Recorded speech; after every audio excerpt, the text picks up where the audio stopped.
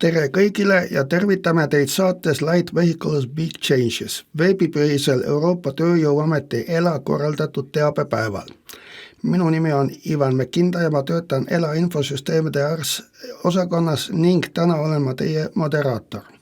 Tänane sessioon keskendub asjaomase mobiilsuspaketti 1 eelseisvale rakendamisele rahvusvahelises kaubaveos või kabotaažvedudes kasutatavale väikesele tarbesõidukitele LCV. Need eeskirjad hakkavad kehtima alates homsest, see tähendab 1. juulist 2026. See on 3.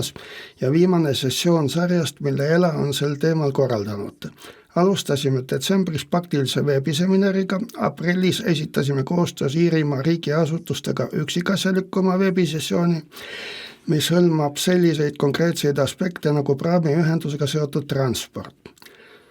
Täna me ei korda vaid juba esitatud. Käesolev sessioon tugineb eelmiste ürituste ajal teie poolt esitatud küsimustele. Seega on meie tänane eesmärk keskenduda nendele punktidele, mille puhul tundub, et need vajavad täiendavaid selgitusi. Tänase sessiooni jooksul käsitleme 3 põhivaldkonna, nimetame neid järgnevalt. Sõidu- ja puhkeaja eeskirjade laiendamine väikestele tarbesõidukitele, sõidumeerikute roll ja kasutamine ning autojuhtide lähetamise eeskirjad, maanteetranspordi lähetusdeklaratsioonide portaal kaasa arvatud. Koos meiega on kolleegid ja eksperdid, kes meile neid teemasid nii praktilisest kui ka regulatiivsest vaatenurgast tutvustavad. Enne kui alustame, tahaksime kõik meie esinejad soojalt tervitada.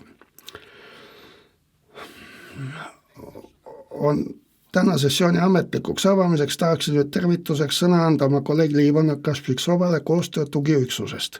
Palun, Ivana. Aitäh, Ivan. Loodan, et meie vaatajatel on 2 tundi aega, et pühendada sellele väga huvitavale veebipõhisele teabesessioonile, kus me maanteetranspordi sotsiaalõigusaktide sisule keskendume. Aga nagu Ivan ütles, püüame mitte korrata seda, mida oleme juba öelnud 2 eelmises sessioonis, mida saame hõlpsasti üle ja uuesti vaadata meie YouTube'i kanalil, Euroopa Tööjõuameti YouTube'i kanalil. Täna käsitleme sotsiaalõigusakte, nimelt sõidu- ja puhkeaegu. Uurime sõidumeerikuid lähemalt, sest me teame, et paljud teist, nii ettevõtjad kui ka väikeste tarbesõidukite masinaparki kasutavad juhid, ei pruugi sõidumeerikutega seotud eeskirjadega veel täielikult kursis olla. Ja just seetõttu ei ole see lihtsalt sessioon, millele me sellele teemale pühendame, vaid me töötame ka täiendavate iseseisva õppevideotega, mis on peagi kättesaadavad ELA iseseisva õppe platvormil. Nagu alati jagame seda teavet oma sotsiaalmeedias, seega palun jätkake meie jälgimist sotsiaalmeedias, olgu see siis LinkedIn, Facebook või isegi Instagram, kus jagame teavet erinevate linkide kaudu, kust leiate lisamaterjale või täiendavaid vahendeid, et ennast ette valmistada. Eeskirjad jõustuvad alates homsest. Püüame tagada, et mõned materjalid oleks teile paremaks ettevalmistumiseks abiks. Olen kindel, et paljud teist on põhireeglitega ju tutvunud, sest mitte ainult ELA, vaid ka kõik valdkonnaorganisatsioonid, sotsiaalpartnerid, operaatorid, esindajad teevad sektori toetamiseks selles verstapostis üsna ulatuslikku tööd. Nimetame seda verstapostiks, sest väikesed tarbesõidukud pole kunagi varem selle õigusakti kohaldamise alasse kuulunud. Seega oleme siin selleks, et esmalt aidata ja harida ning siis muidugi mõne aja pärast teeb jõustamine samuti oma töö ära. Nagu ma juba ütlesime, käsitleme sõidu- ja puhkeaegu, sõidumeerikute eeskirju ning seejärel liigume tagasi juhtide lähetamise eeskirjadele. Viisime juba läbi sessiooni lähitamise põhilist stsenaariumide kohta, seega ma püüan mitte korrata, millest täpselt need üksikasjalikud stsenaariumid koosnevad, kuid pigem tuginedes sellele vaatame ka ühte lähetamise tööriistadest, milleks on maanteetranspordi lähetusdeklaratsioon. Portaal, mille kaudu ettevõtjad esitavad lähetuste deklaratsioone, me suuname teid ka materjalid juurde, mis on seal olnud juba alates 2002. aastast. Paljud neist on ikka veel kasulikud, ütleme ajakohased, kuigi on toimunud muudatusi. Loomulikult, sest nagu mõistatav, iga uus õigusakt läbib esimestel aastatel teatud vajalikke uuendusi. Nüüd alustame siis 2-tunnist veebipõhist teabesessiooni, mis tõlgitakse hiljem ka teistesse EL-i keeltesse. Loodetavasti leiate nende materjalide abil viisi, kuidas kõiki neid õigusakte veidi lihtsamalt rakendada. Ivan, sõna on jälle teil ja ma arvan, et võime esimest sessiooni alustada. Ja muidugi Ivona. Tänan siis sessiooni avamise ja sissejuhatuse eest. Nagu Ivona mainis, alustame esimesest esitlusest. Ja selle teema puhul tahaksin kutsuma esinema kolleegi Tonio Bööri lennuliiklusteenindusest, kes tutvustab meile ELA teavitustegevust selles transpordisektoris. Tonio, palun. Aitäh, Ivan. Minu nimi on Tonio Böör ja ma töötan Euroopa Tööjõuameti lühidalt ELA teabesektoris. Mul on hea meel anda teile lühike ülevaade sellest, mis on ELA ja miks me oleme just teie sarnastele autojuhtidele vajalikud. Me oleme vajalikud ka operaatorite ja sotsiaalpartnerite jaoks. Meie teave kulub ära kõigile, kes vajavad teavet väikestele teabesõidukitele kehtivate uute eeskirjade kohta. On olemas väga kasulikud teabeallikad, mida ma teile nüüd tutvustan ja mis aitavad teil väikeste tarbesõidukite uute eeskirjadega tutvuda. Teeme kättesaadavaks kõik esitlused, sealhulgas ka käesoleva ning saate nendega hiljem tutvuda ja kasutada kõiki linke, mida me nendes esitlustes pakume. Pärast minu esitlust alustame tehnilisemate selgitustega konkreetselt teie suhtes kehtivate uute eeskirjade kohta. Sooviksin nüüd teie tähelepanu köita veidi provokatiivse väitega, mis rõhutab, kui olulised on sellised üritused ja seminarid. Siin näha olev väide võib teile muret tekitada, kui tegelete teatavate rahvusvaheliste vedudega, nimelt lähetustega, ning käesolev väide on midagi, mida me kuuleme sageli töötajatelt ja tööandjatelt, kes lähetuste valdkonnas tegutsevad. Euroopa tööjõu liikuvus on keeruline ja bürokraatlik. Ja siin näete sellele väljakutsele võimalikku lahendust. Oluline on täpse, asjakohase ja kergesti arusaadava teabe kättesaadavus. Ärge muretsege, me oleme siin, et aidata ja ma näitan teile kohe, kuidas teid toetada saame. Euroopa Tööjõuamet, lühendatult ELA, on üks uuematest Euroopa Liidu ametitest. Tegemist on niinimetatud järelevalve- ja rakendusasutusega ning meie asukohaks on Bratislava, Slovakkias. Meie peamine eesmärk on tööjõu liikuvuse hõlbustamine, näiteks väikeste tarbesõidukite käitajatele ja juhtidele nende teenuste kogu EL-is pakkumise võimaldamine. Me tagame, et Euroopa Liidu tööjõu liikuvust käsitlevaid eeskirju kohaldatakse õiglaselt, lihtsal ja tõhusal viisil, et aidata tugevdada õiglust ning usaldust meie kõige väärtuslikumas varas EL-i siseturus. Seda teeme me 3 samba kaudu. Neid saab näha siin sellel slaidil. Meil on infosammus või isegi pilgupüüdja. Meie peamine eesmärk on hõlbustada juurdepääsu teabele kui ka teenustele, üksikisikutele, autojuhtidele, tööandjatele, ettevõtjatele, aga sotsiaalvaldkonna partneritele.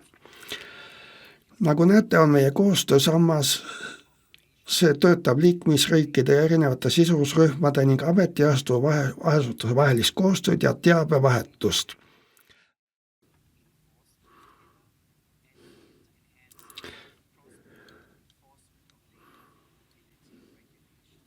See hõlmab kontrollida ja käitemeetmete koordineerimist liikmesriikide vahel, tagamaks tööõigusaktide ning eeskirjade järgimist.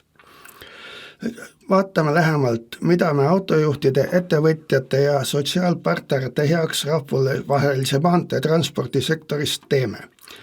Korraldame maanteetranspordi teemalisi kohalikke teabesündmusi, tutvustusüritusi või veebipõhiseid teabesessiooni nagu käesolev.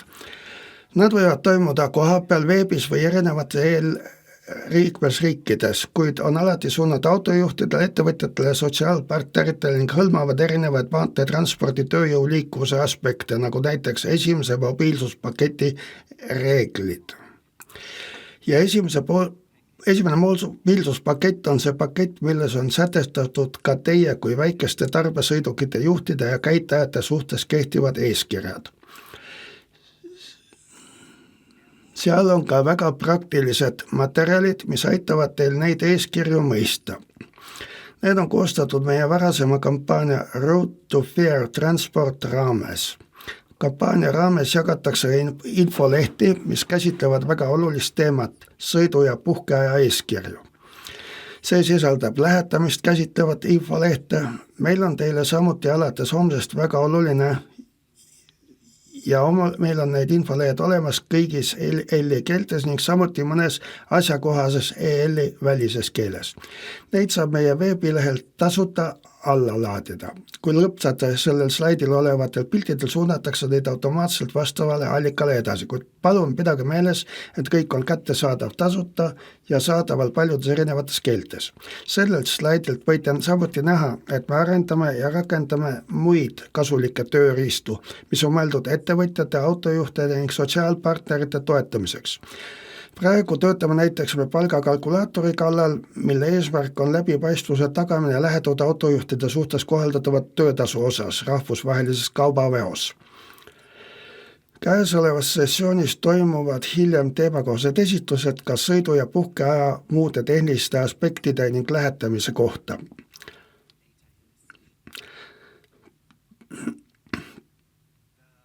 Palgakalkulaator on midagi, mida me praegu arendame ja see peaks aitama autojuhtidel aru saada, kui suurele tasule on neil lähetatud juhina erinevates liikmesriikides õigus. Teavitame teid ja kõiki teisi asjaomaseid sidusrühmi niipea, kui see oluline tööriist on kasutusvalmis. Nüüd sooviksin teile rääkida ka meie uuest ja olulisest kampaaniast. Uute eeskirjade kohta, mis hakkavad teie suhtes kehtima alates homsest kolmapäevast 1. juulist 2026. Kampaania kannab nime Väikeste sõidukite suured muutused ning see on suunatud autojuhtidele ja väikeste tarbesõidukile LCV kasutajatele.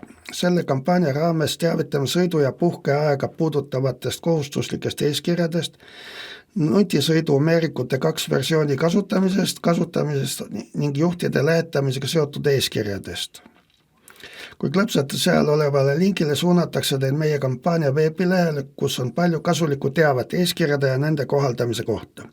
Samuti on olemas allalaaditav infoleht, milles on kokku võetud teie jaoks kõige olulised punktid. Selle aastal lisandub veel materjali, hetkel on materjalid inglise keelest juba väga varsti, lisame ka teise EL- ja kolmandate riikide keeli. Samuti avaldab Euroopa Komisjon kasulikku teavet maanteetranspordi kohta. Kui klõpsate sellel slaidil olevale linkile, suunatakse neid EL-i maanteetransportis töötamise eeskirjade veebilehele. See sisaldab üksikasju kõigi nende eeskirjade asjakohaste aspektide kohta. Ja vasakul pool näete erinevaid teemasid alates sõidu- ja puhkeaegadest, sõidumeerikute kasutamisest, töö ja lähetamisest ning samuti teavet lähetatud autojuhtidele kehtivate miinimumpalkade kohta. Ka see veebileht on kättesaadav erinevates keeltes. Järgmine allikas, mida tahaksin tutvustada, on meie veebileht, ILA veebileht. Selles on eraldi peatükk, mis käsitleb rahvusvahelise maanteetranspordi sotsiaalseid aspekte. Ja sellel slaidil näidatakse, kuidas asjaomastele teemadele navigeerida. Avaldame saadaolevat teavet kehtivate sätted õigusliku tausta kohta maanteetranspordi sektoris ning see veebileht juhatab teid ka kampaania Road to Fair Transport materjalidele, sealhulgas infolehtedele ja videotele. Sellest olen ma varem juba rääkinud. Siit leiate ka otselingi meie teistest veebiseminaridest ning lingid meie varasemate veebiseminaride salvestustele. See, mida te siin näete, on Euroopa Komisjoni ametlik teabeleht mobiilsuspaketi 1 kohta. Sealt leiate kõik, alates mõistetest, spetsifikatsioonidest ja selgitustest rahvusvahelise maanteetranspordis kohaldatava Euroopa eeskirjade kohta, mis kehtivad alates homsest ka teie jaoks. Samuti on olemas väga põhjalik KKK osa. seal on palju vastuseid mõnedele väga olulistele küsimustele, seega soovitan tungivalt seda veebilehte külastada. Siin näete niinimetatud maanteetranspordi lähetuse alguspunkti, deklaratsiooni portaali. Selle kohta saate hiljem rohkem teada. Enne kui lõpetan, tahaksin teile rääkida veel mõnest rahvusvahelise maanteetranspordi pakilisest küsimusest. Üks kõige pakilisemaid probleeme on kvalifitseeritud autojuhtide leidmine. ELA on Euroopa tööhõiveteenistuse EURES haldaja. See on koostöövõrgustik, mille eesmärk on hõlbustada töötajate vaba liikumist EL-i liikmesriikides, kaasa arvatud Šveitsis, Islandil, Liechtensteinis ja Norras. See aitab inimestel leida tööd ja tööandjatel töötajaid kogu Euroopas. Tööandjana saate otsida kandidaate vastavalt oma eelnevalt määratletele vajadustele ja töötajana saate üles laadida oma CV ning luua profiil, et potentsiaalsed töötajad saaksid teid leida ja tööle võtta. Eeltingimuseks on niinimetatud vaba EL-i sidusus, mis annab teile juurdepääsu paljudele kasulikele EL-i allikatele ja teenustele. Lingi leiate sellelt veebilehelt. Lõpetuseks tahaksin teil tutvustada teenust Solvit. See on EL-i poolt pakutav tasuta teenus, mille eesmärk on aidata kodanikel ja ettevõtetel teise EL-i liikmesriigi ametiasutustega tekkivaid probleeme lahendada. Solvit võib aidata, kui te peate teises EL-i liikmesriigis ametiasutuste ebaõiglaste eeskirjade või otsustega tegelema või kui teie EL-i õigus rikutakse ja te pole asja veel kohtusse viinud. Võite oma probleemi veebis Solviti veebilehe kaudu esitada või võtta ühendust teie riigis asuva Solvit keskusega. Solvit pakub õiguslikku taustteavet ja vajaduse korral tuletab ametiasutustele meelde teie EL-i õigusi ning teeb nendega probleemi lahendamiseks koostööd. Loodan, et teave, mida ma täna teiega jagasin, on teile kasulik ja aitab teil orienteeruda uutes eeskirjades, mis väikeste tarbeveokite suhtes alates homsest 1. juulist kehtima hakkavad. Tänan teid tähelepanu eest ja annan sõna Ivanile. Aitäh, Tonjo! Suur tänu, et tutvustasid meile teavitustegevusi ja kasulikke allikaid. Nüüd liigume tänase sessiooni ühele kesksele teemale. Mida sõidu- ja puhkeaja eeskirjade laiendamine väikestele kaubaveokitele praktikas tähendab? Selle osa jaoks tahaksin kutsuda oma kolleegi Seamus Lynchi, teise rahvusvahelise eksperdi jõustamis- ja analüüsi osakonnast. Seamus, palun. Suur tänu, Ivan. Tere kõigile. Minu nimi on Seamus Lynch ja nagu Ivan ütles, töötan ma Euroopa Tööjõuametis. Hetkel määratud inspekteerimisosakonda. Ma teen tihedat koostööd ka koostööüksustega ja mul on väga hea meel täna siin olla, et esitleda teile meie 3. veebiseminari keskendudes sõidu- ja puhkeaja eeskirjade laiendamine väikestele tarbesõidukitele. Nagu te juba teate, keskendusin 2 eelmisel veebiseminaril nende eeskirjade põhialustele, milles antakse teavet maksimaalse sõiduaja ja kohustuslike vaheaegade kohta ning päevase ja nädalase puhkuse nõuetele.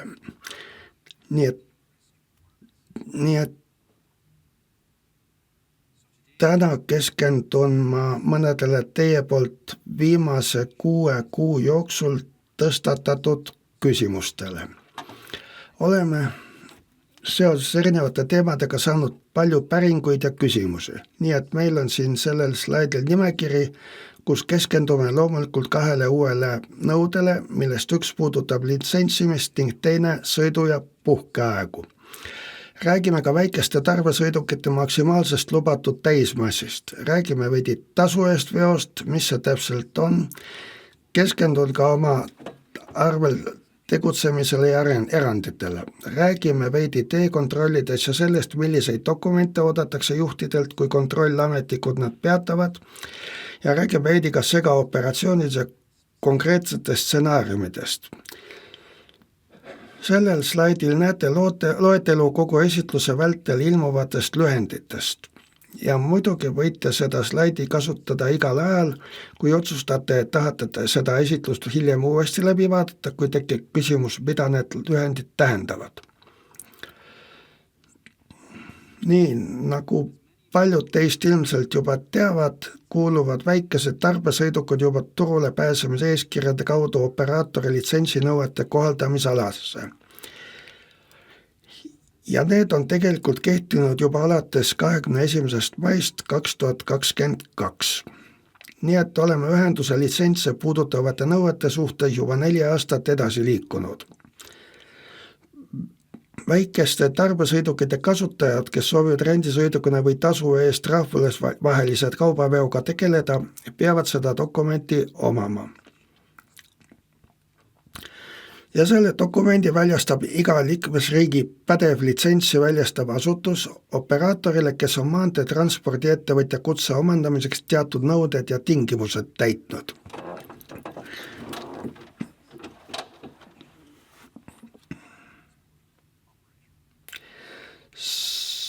Sõidu- ja puhkeaegade osas on homne päev selle konkreetse nõude osas verstapostiks. Teatavad kerged tarbesõidukid kuuluvad sõidu- ja puhkeaja valdkonda, mida reguleerib määrus number 561/2006. Ja alates homsest on see kohustuslik, mis kõigile sõidukitele selle kohaldamisalas, mille kohaselt tuleb paigaldada nutika sõidumeerikut teine versioon. Siinkohal on oluline märkida ka seda, et see nõue kehtib nii rendisõiduki kui ka oma arvel toimuva kaubaveo puhul. Litsentsi nõue kehtib ainult rendisõiduki või tasu eest sõitmise puhul, kuid sõidu- ja puhkeajad ning sõidumeerikute kasutamine kehtib nii rendisõiduki või tasulise veoteenuse kui ka oma arvel toimuva veoteenuse puhul, kui just erandit ei esine. Nii et veel üks slaid. Tahaksin lihtsalt puudutada veel mõningaid väikeseid ühenduse litsentsiga seotud jooni, mõnda lisanõuet võiks öelda. See on juba kehtinud juba 4 aastat, suurema tasu eest rahvusvahelise kaubaveoga tegelemiseks on vaja ühenduse litsentsi, kuid peate ühenduse litsentsi kinnitatud koopiat hoidma ka sõidukis. Ühenduse litsentsi originaali peab enda kasutuses hoidma veoettevõtja ning litsents tuleb volitatud kontrolliametniku nõudmisel esitada.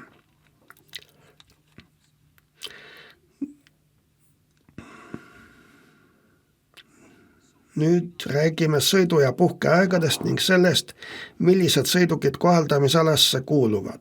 Millised sõidukid kuuluvad alates homsest kohaldamisalasse? Mobiilsuspakett on laiendanud sõidupuhkeaja kohaldamisala väikestele tarbesõidukitele, millel lubatud täismass on üle 2,5 ja kuni 3,5 tonni. Ja see hõlmab ka kõiki haagiseid ja poolhaagiseid. Seega, kui teie haagis on sõidukiga ühendatud, on tegemist koosseisu maksimaalse massiga, mis võetakse arvesse. See kehtib ainult kaupade rahvusvahelise veo või kabotaažvedude puhul. Reisijate veole see ei kehti.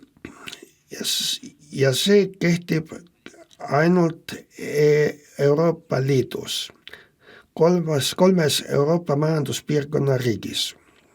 Euroopa majanduspiirkonnas, Islandis, Liechtensteinis või Norras registreeritud sõidukite kohta. Lisaks kehtib see ka Šveitsis või Ühendkuningriigis registreeritud sõidukitele. Mis on siis maksimaalne lubatud mass? Mida me selle all silmas peame? Lihtsamalt öeldes on see maksimaalne kaal, millega sõiduk võib täiskoormuse korral seaduslikult liikuda. See hõlmab seega tühja sõidukit koos juhiga ja kõikide sõitjatega.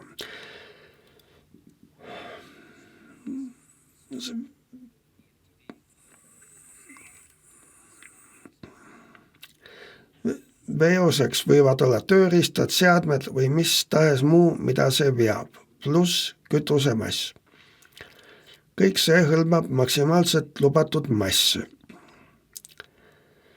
Teabe teie sõiduki maksimaalse lubatud massi kohta leiate sõiduki registreerimistunnistuses ja lisaks ka sõiduki tootja andmeplaadil.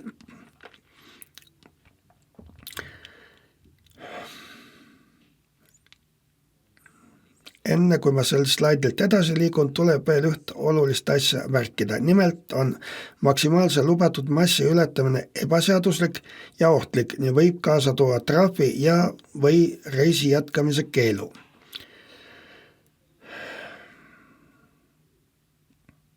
Nüüd toote andmeplaadist.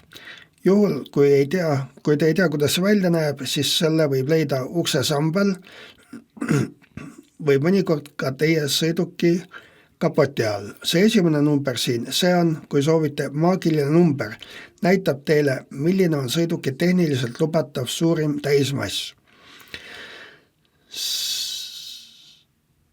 See number siin, number 1 kõrval, see on esimese telja tehniliselt lubatav maksimaalne mass. Allpool olev number näitab teise telja tehniliselt lubatud massi.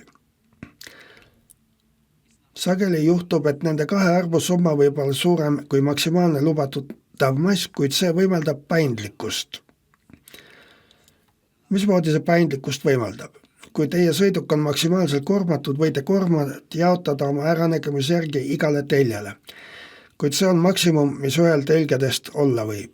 Lubatud maksimaalne mass ei muutu, see on maksimum, millega seaduse järgi sõita võib. Ja lõpuks, see arv siin teisel real tehniliselt lubatud mass, täpsemalt öeldes tehniliselt lubatud maksimaalne mass sõiduki rongi puhul. Seega teie veduki ja haagise puhul. Niisiis liidate igaühe lubatud maksimaalse kokku ja saategi sõiduki rongi maksimaalse lubatud massi. Nii et lihtsalt selleks, et teile sellest mingit ettekujutust anda, kuidas see välja näeks, siin on näha, et teil on sõiduk, mis veab haagist. Sõiduki maksimaalne lubatud mass on 2,5 tonni. Haagise kaal on 700 kilogrammi, seega sõiduki rongi puhul on maksimaalne koosseisumass antud juhul 3,2 tonni. 25 tonnine veduk ise ilmselgelt kohandamisalasse ei kuulu. Kui te mäletate, siis alguses ütlesin ma teile, et reeglid kehtivad ainult sõidukitele, mille suurim lubatud mass on üle 25 kuni 3,5 tonni. Seega see sõiduk iseenesest kohaldamisalasse ei kuulu, kuid kui sellega ühendada treiler, kuulub see loomulikult kohaldamisalasse, sest sõidukirongi maksimaalne mass on üle 25 tonni. Vaatame siin ühte näidet otseelust. See on tegemist ettevõtjaga, kes tegeleb mootorrataste hoolduse ja remondiga. Ja ta kasutab sõidukit ja haagist varuosade ning väiksemate mootorrataste vedamiseks. Vedava sõiduki maksimaalne lubatud mass on 2,5 tonni. Seega kasutadana üksi ilma haagiseta jääb see eeskirjade kohaldamisalast välja. Kuid kui haagis on küljes, võetakse arvesse kombineeritud lubatud maksimaalne mass.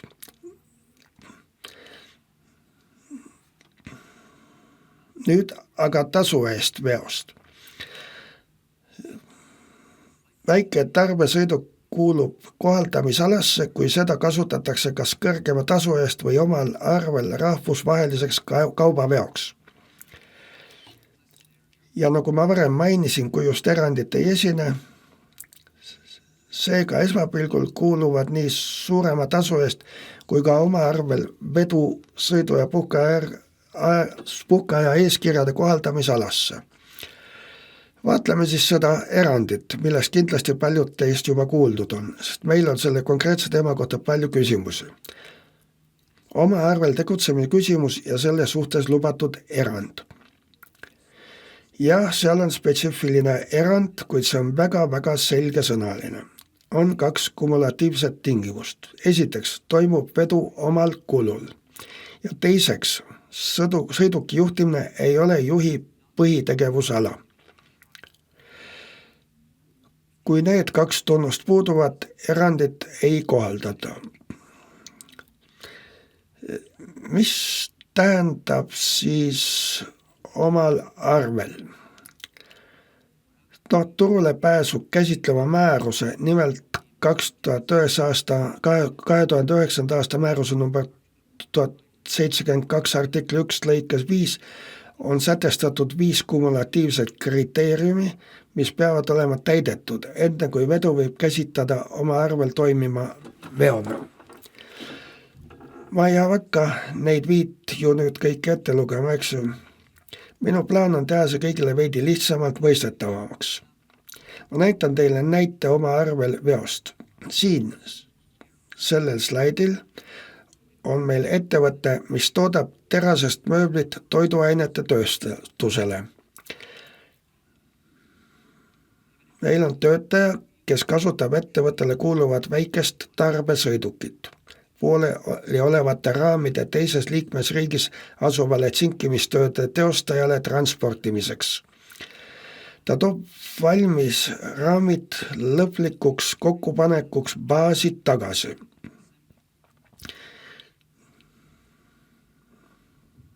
Niisiis, mida me siin öelda tahame, on see, et meil on omal arvel rahvusvaheline vedu, kuna kaupa toodetakse ja veetakse ettevõtte enda äritegevuse vajadusel, enda tarbeks. Selge. Vaatame siis veel kord selle kumulatiivse kriteeriumit. Kas see vastab kõigile 5 tingimusele? Kaup antud juhul terasest mööbel kuulub ettevõttele. Seega esimese kriteeriumiga on kõik korras. Mis oli selle reisi eesmärk? Selle eesmärk oli viia lõpetamata raamid tsinkimiseks teises liikmesriigis asuvasse ettevõttesse.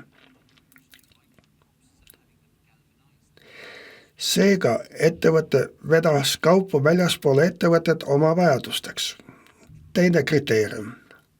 Kaup koos. Number 3. Sõidukit juhtis isik, kes töötas selles ettevõttes.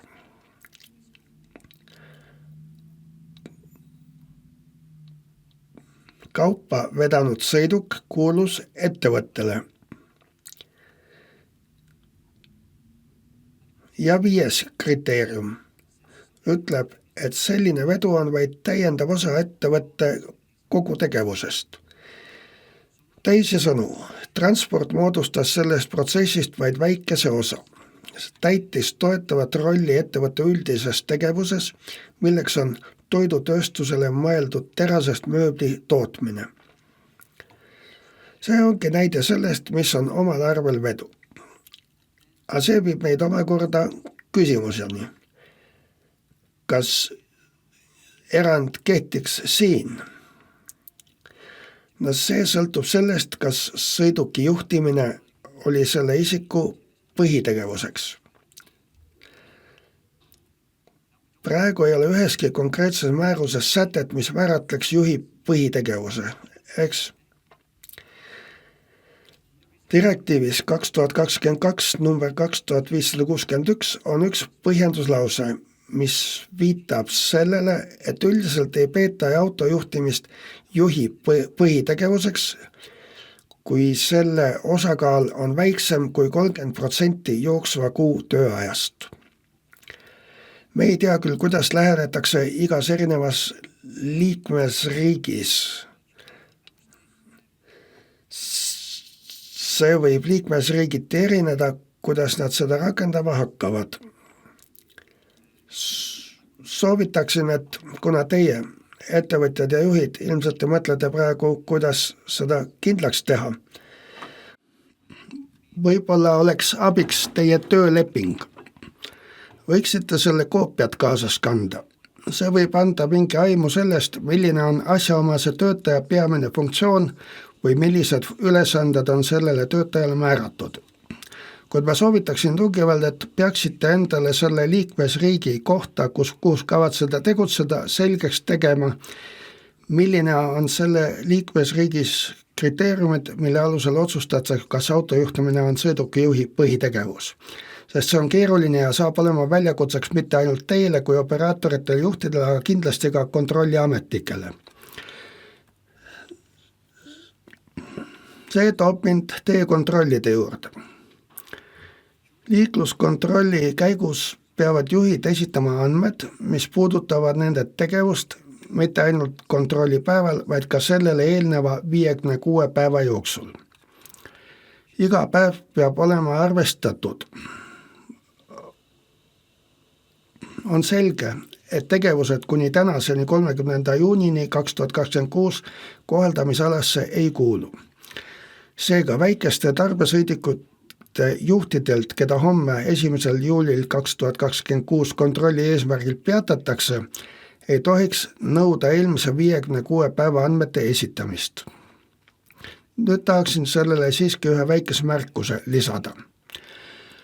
Kui on tegemist olukorraga, kus juht on ühtlasi raskeveoki juht ja ta töötab operaatori heaks, kelle masinapark koosneb erinevatest sõidukitest, võib-olla on ta seal olnud muidugi, kui ta on sõidu hübriidauto, siis on ta kohaldamisalas, kuni tänasi olnud. Seega peaks ta esitama oma andmed nende 56 päeva kohta, kuid muidu peaks see kohustus järk-järgult igapäevaselt alates 1. juulist kehtima hakkama, mis tähendab, et näiteks 10. kuupäeval kontrollitud juht peaks esitama andmed 1.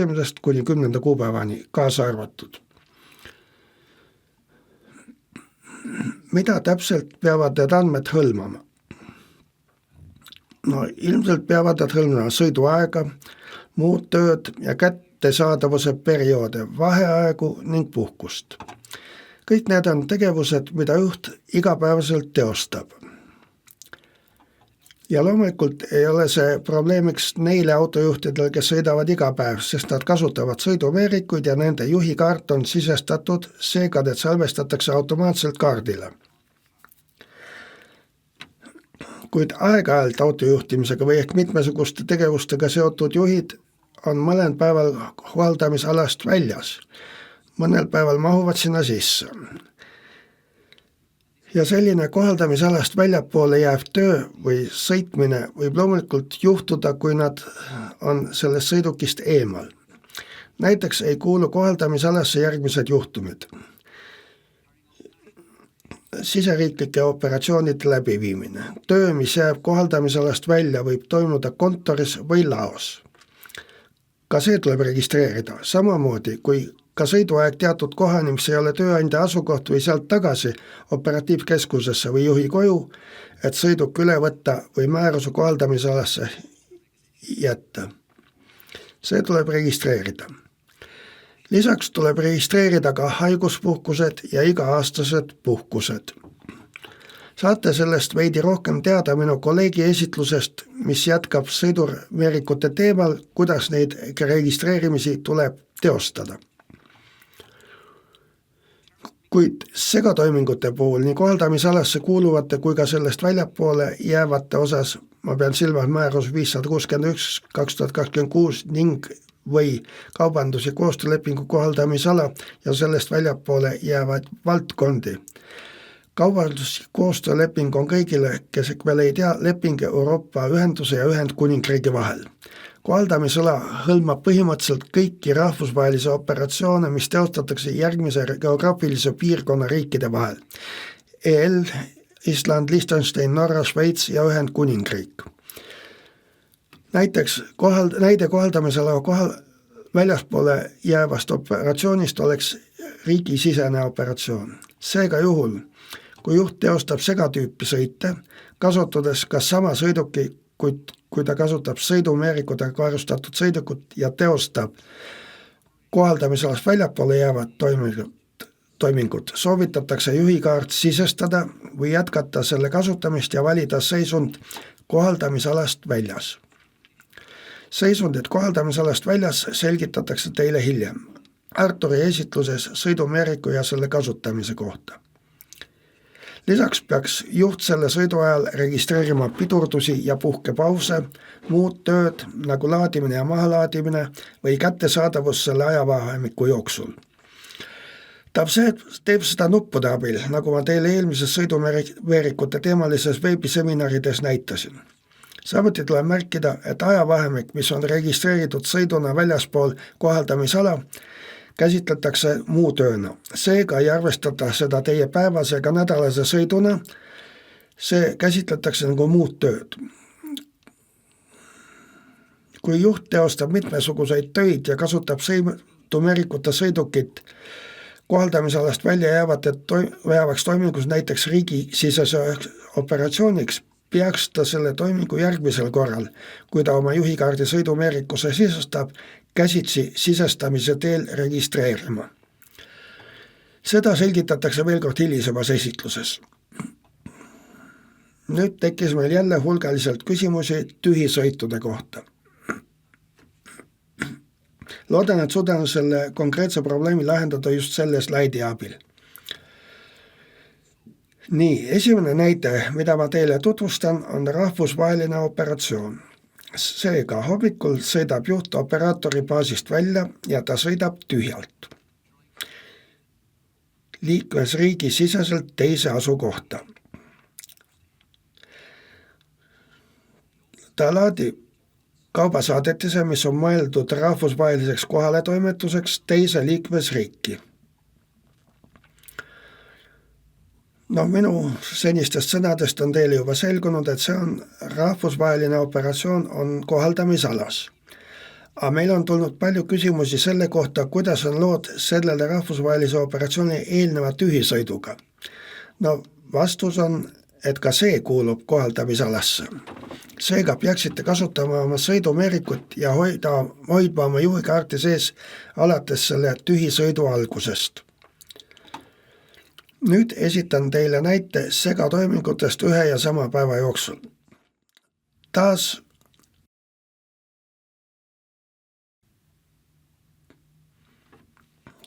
alustab autojuht hommikul oma baasist tühisõitu muusse liikmesriigis asuvasse kohta, kus ta laadib peale riigisiseseks tarneks mõeldud kaubasaadetise.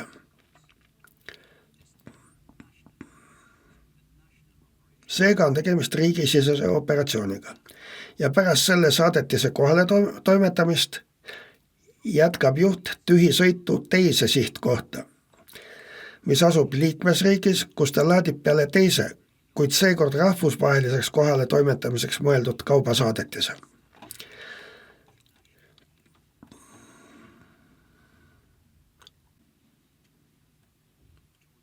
Ma rääkisin juba teile, et riigisisesed operatsioonid jäävad käesolevast kohaldamisalast väljapool, seega saame seda siin kohaldada. Kuidas on jätkava tühisõiduga? See jääb samuti kohaldusalast välja. Rahvusvaheline tegevus, väga lihtne ja kuulub kohaldamisalasse. Aga sama kehtib ka eelneva tühisõidu kohta. Tahaksin teile lihtsalt meelde tuletada, võtame näiteks, et tegemist on sama sõidukiga. Soovitus oleks järgmine. Isegi kohaldamisalast väljapoole jääva operatsiooni puhul koormamata osa päeva alguses koormatud osa korral kasutage oma kaarti, rakendage seisund kohaldamisalast väljas. Lõppkokkuvõttes vabastab see teid koormavast käsitsi sisestamise või registreerimise ülesandest. See muudab teie elu autojuhina palju lihtsamaks. Muidugi, kui te tegelete tegevusega, mis jääb kohandamisalast väljapoole ja juhite sõidukit, millel puudub sõidumeerik, peate te tegema kas käsitsi sisestuse või käsitsi registreerima ja Artur selgitab seda lähemalt oma hilisemas esitluses. Kokkuvõttes võib öelda, et tühisõitu hinnatakse koos koormatud teekonnaga, et kindlaks teha, kas see kuulub või ei kuula sõidu- ja puhkeaegade kohaldusalasse ning seega, kas sõidumeerikut on vaja või mitte. Nüüd mõned stsenaariumid, mis tulid esile ka küsitlustest. Ainult riigisiseste vedude valdkonna. See ei kuulu määruse number 561/2006 kohaldamisalasse. Sõidumeerikut ei ole vaja, sest lähtepunkt ja sihtpunkt asub samas riigis. Kuid see tõi omakorda kaasa täiendavaid küsimusi riigisisese veose kohta transiidi ajal teise liikmesriiki. Seega sõiduk, mis tegeleb ainult riigisisese veoga, kuid läbib teise liikmesriigi, sest see on lühim marsruut, ei tegutse rahvusvaheliselt. Seetõttu sõidumeeriku paigaldamise kohustus ei kehti. See kehtib isegi juhul, kui selline operatsioon hõlmab transiiti Liechtensteini, Norra, Šveitsi, kuid mitte Ühendriigi kaudu. Selgitan seda teisel slaidil, eks. Seega on tegemist ikkagi riigisisese veoga, kuigi võib juhtuda, et peate läbima mõne teise liikmesriigi. Ja siin üks näide päris elust. Siin on näha, kuidas Belgia ettevõtja laadib kaubasaadestit Belgias. Ta läbib teel enne uuesti Belgias maalaadimist Prantsusmaa territooriumi. Lihtsalt tahaksin märkida, et läbides Prantsusmaa territooriumi, sest see on lühim marsruut ja tegemist on just sellise riigise tegevusega, mida ei loeta rahvusvaheliseks veoks ja seetõttu ei oleks tal sõidumeerikut vaja.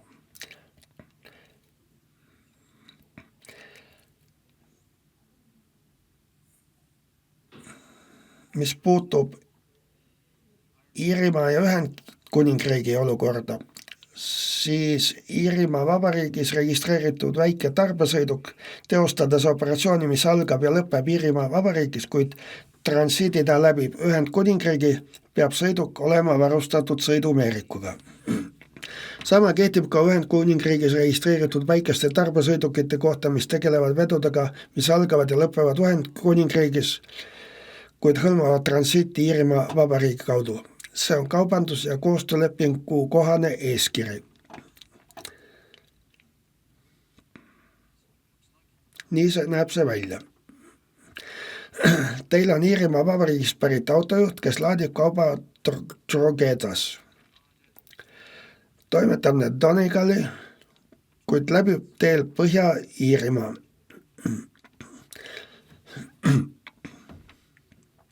Seega peab see väike tarbesõiduk DCA kohaselt olema varustatud sõidumeerikuga.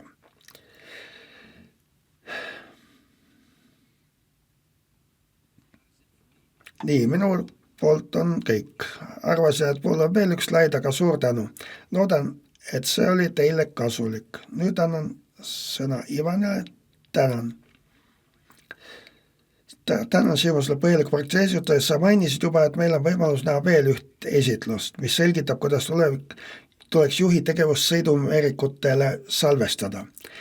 Ja seetõttu on mul hea meel teatada, et meil on siin Arto.com Poola regionaalse maanteetranspordi inspektsioonist.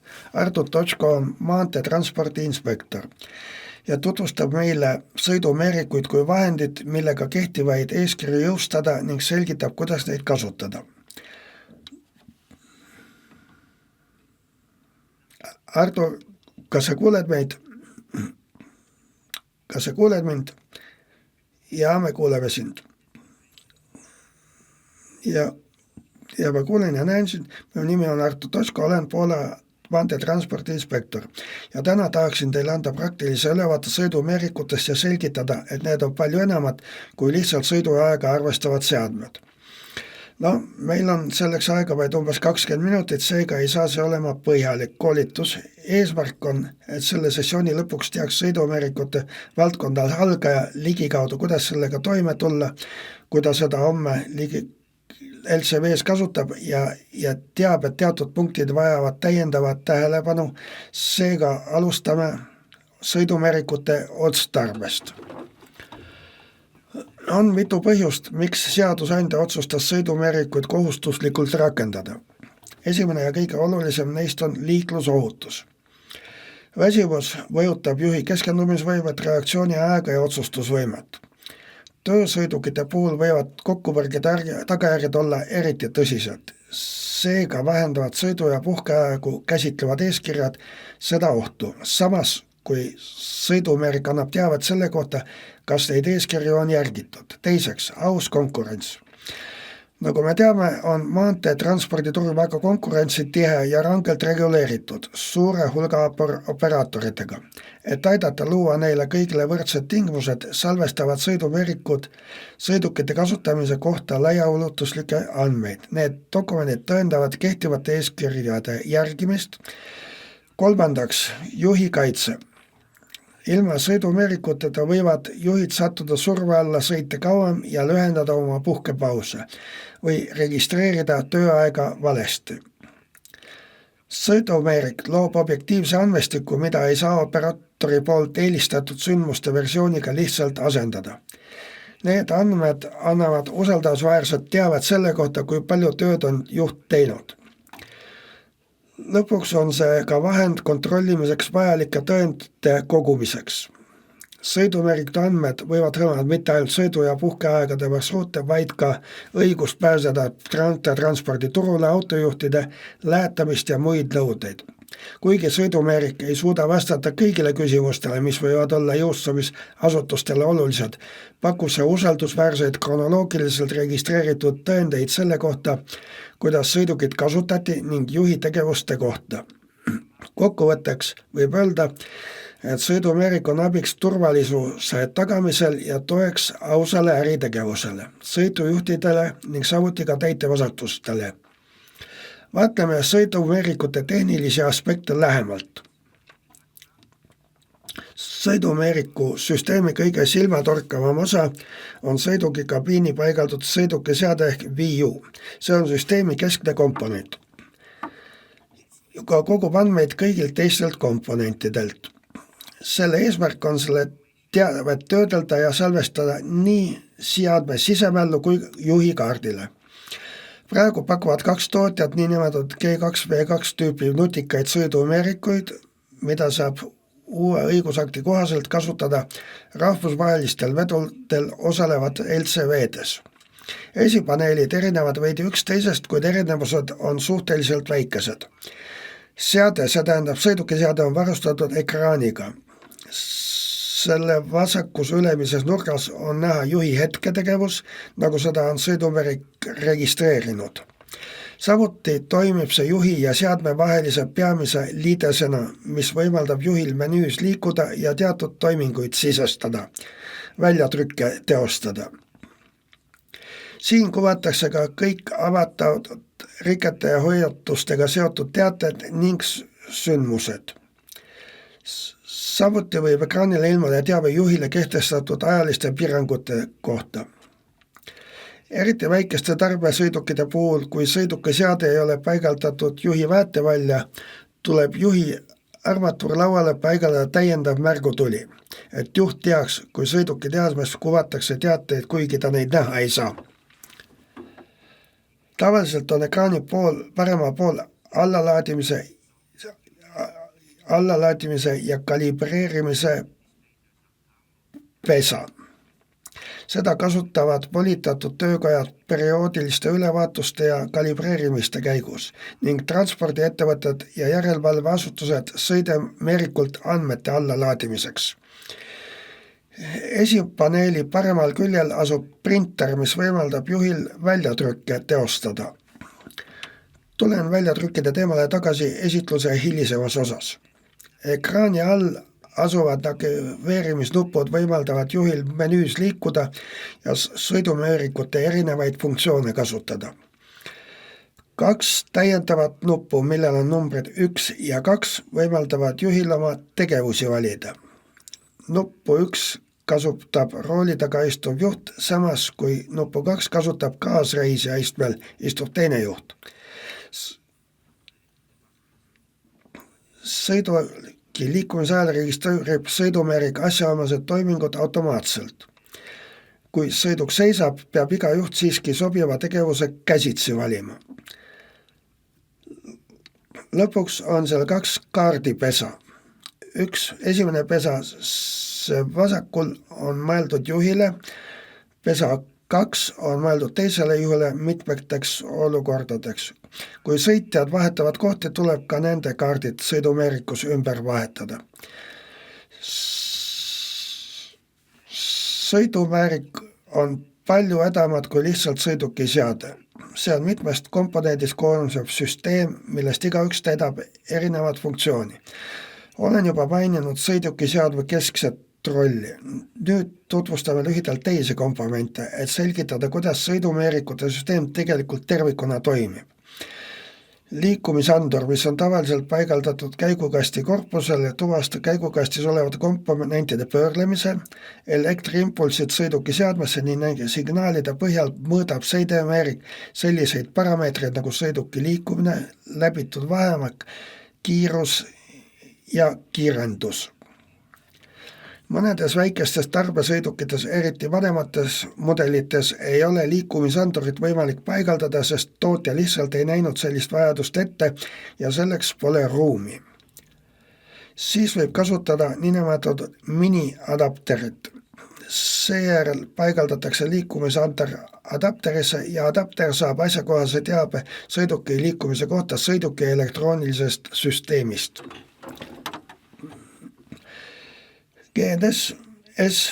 GNSS moodul ehk globaalse navigatsiooni satelliitsüsteemi moodul pakub teavet sõiduki asukoha kohta. Neid andmeid kasutatakse juhi tööpäeva jooksul toimunud valitud sündmuste täpse asukoha kindlaks määramiseks. DSRC antenn, see tähendab spetsiaalne lühimaa sideantenn, edastab sõidumeerikutest valitud andmed järelevalveasutustele, andes märku, et võib-olla tasub see sõiduk peatada. See aitab sõidukeid põhjalikumateks teeäärseteks kontrollimisteks paremini välja valida. Vaatame siis, mida G2V2 nutisõidumeerik tegelikult salvestab. Esimene kategooria on juhi tegevused. Sõit salvestatakse automaatselt, kui sõiduk hakkab liikuma. Juht peab korrektselt töötama, registreerima muud tööd, vaheajad, peatused ja kättesaadavuse ajavahemikud. Need tegevused moodustavad põhilise ajakava, mille alusel hinnatakse nõuete täitmist. Samuti võib registreerida praami või rongisõidu. See on oluline juhul, kui juht kasutab erireegleid, mis lubavad teatud puhkeaegade katkestusi, kui sõidetakse koos praami või rongiga veetava sõidukiga. Ja palun pidage meeles, et selline kanne tuleb teha alles pärast seda, kui sõiduk parvlaeva tekil või vaguni või rongi platvormil seisab. Sõidumeerik võimaldab ka laadimise, mahalaadimise või samaaegse laadimise ja mahalaadimise deklareerimist sõiduki poolt. Need andmed aitavad näidata, kus ja millal konkreetsed toimingud toimusid. Nende salvetuste käsitlemisel tuleb märkida, et kuigi praegu puudub seaduslik kohustus neid funktsioone kasutada, on nende kasutamine siiski väga soovitatav. Selle teabe registreerimine võib aidata liikluskontrolli tõhusamalt ja kiiremini läbi viia ning aitab ka transpordiettevõtetel täpsem see ajavahemik kindlaks määrata, mille eest juhil on õigus seoses lähetustega kõrgemat tasu saada. Ja ma olen kindel, et minu kolleeg Ivona selgitab seda teemat põhjulikumalt. Nagu juba mainitud, kasutab sõidumeerik asukoha andmeid, kuid ei salvesta sellist teavet pidevalt. Selle asemel salvestab see geograafilised koordinaadid seadusega määratletud käivituspunktides. Nende hulka kuuluvad juhi igapäevase tööpäeva algus ja lõpp pärast sõiduki kindlaks määratud koguliikumisperioodi ja seoses laadimis- või mahalaadimise, samuti piiriületustega. Piiriületustest rääkides sõidumeerikute teine versioon salvestab neid automaatselt, kasutades GNSS mooduli andmeid ja digitaalset kaarti, mis on salvestatud seadme mällu. Seega ei ole juhil vaja peatuda. Sõidumeerik näitab ka seda, kas sõidukit kasutatakse kaupade või reisijate veoks. See eristus on oluline, kuna kohaldatavad eeskirjad on nende kahe veokitüübi suhtes teatud erinevustega. Teatud maanteetranspordi tegevused võivad määruse 560 kohaldamisalast, seega sõidumeerikute eeskirjade kohaldamisalast välja jääda. Sellises olukorras soovitatakse juhil siiski oma kaarti kasutada ja aktiveerida lihtsalt seisund väljas. Siis käsitletakse seda ajavahemikku muu tööna, mitte veoki juhtimisena. Seade salvestab ka andmed sõiduki identifitseerimise ja sõidumeerikute kalibreerimise kohta, läbitud vahemaa ning kiiruse andmed, samuti vead ja sündmused. Nagu näete, salvestab sõidumeerik märkimisväärse hulga andmeid. Seda teavet saab kasutada, et hinnata vastavust palju laiemale, mitte ainult sõidu- ja puhkeaja eeskirjade valikule.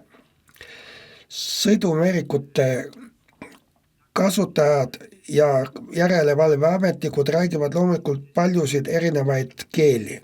Seetõttu tuleb kogu see üksikasjalik teave, mida me eelmisel slaidil nägime, esitada lihtsas ja kõigile arusaadavas vormis. Selleks kasutatakse sõidumeerikutes piktogramme. Need on lihtsad sümbolid, mis tähistavad sõidumeerikute konkreetset kasutajat, tegevust, sõidumeerikute süsteemi komponenti või sündmust.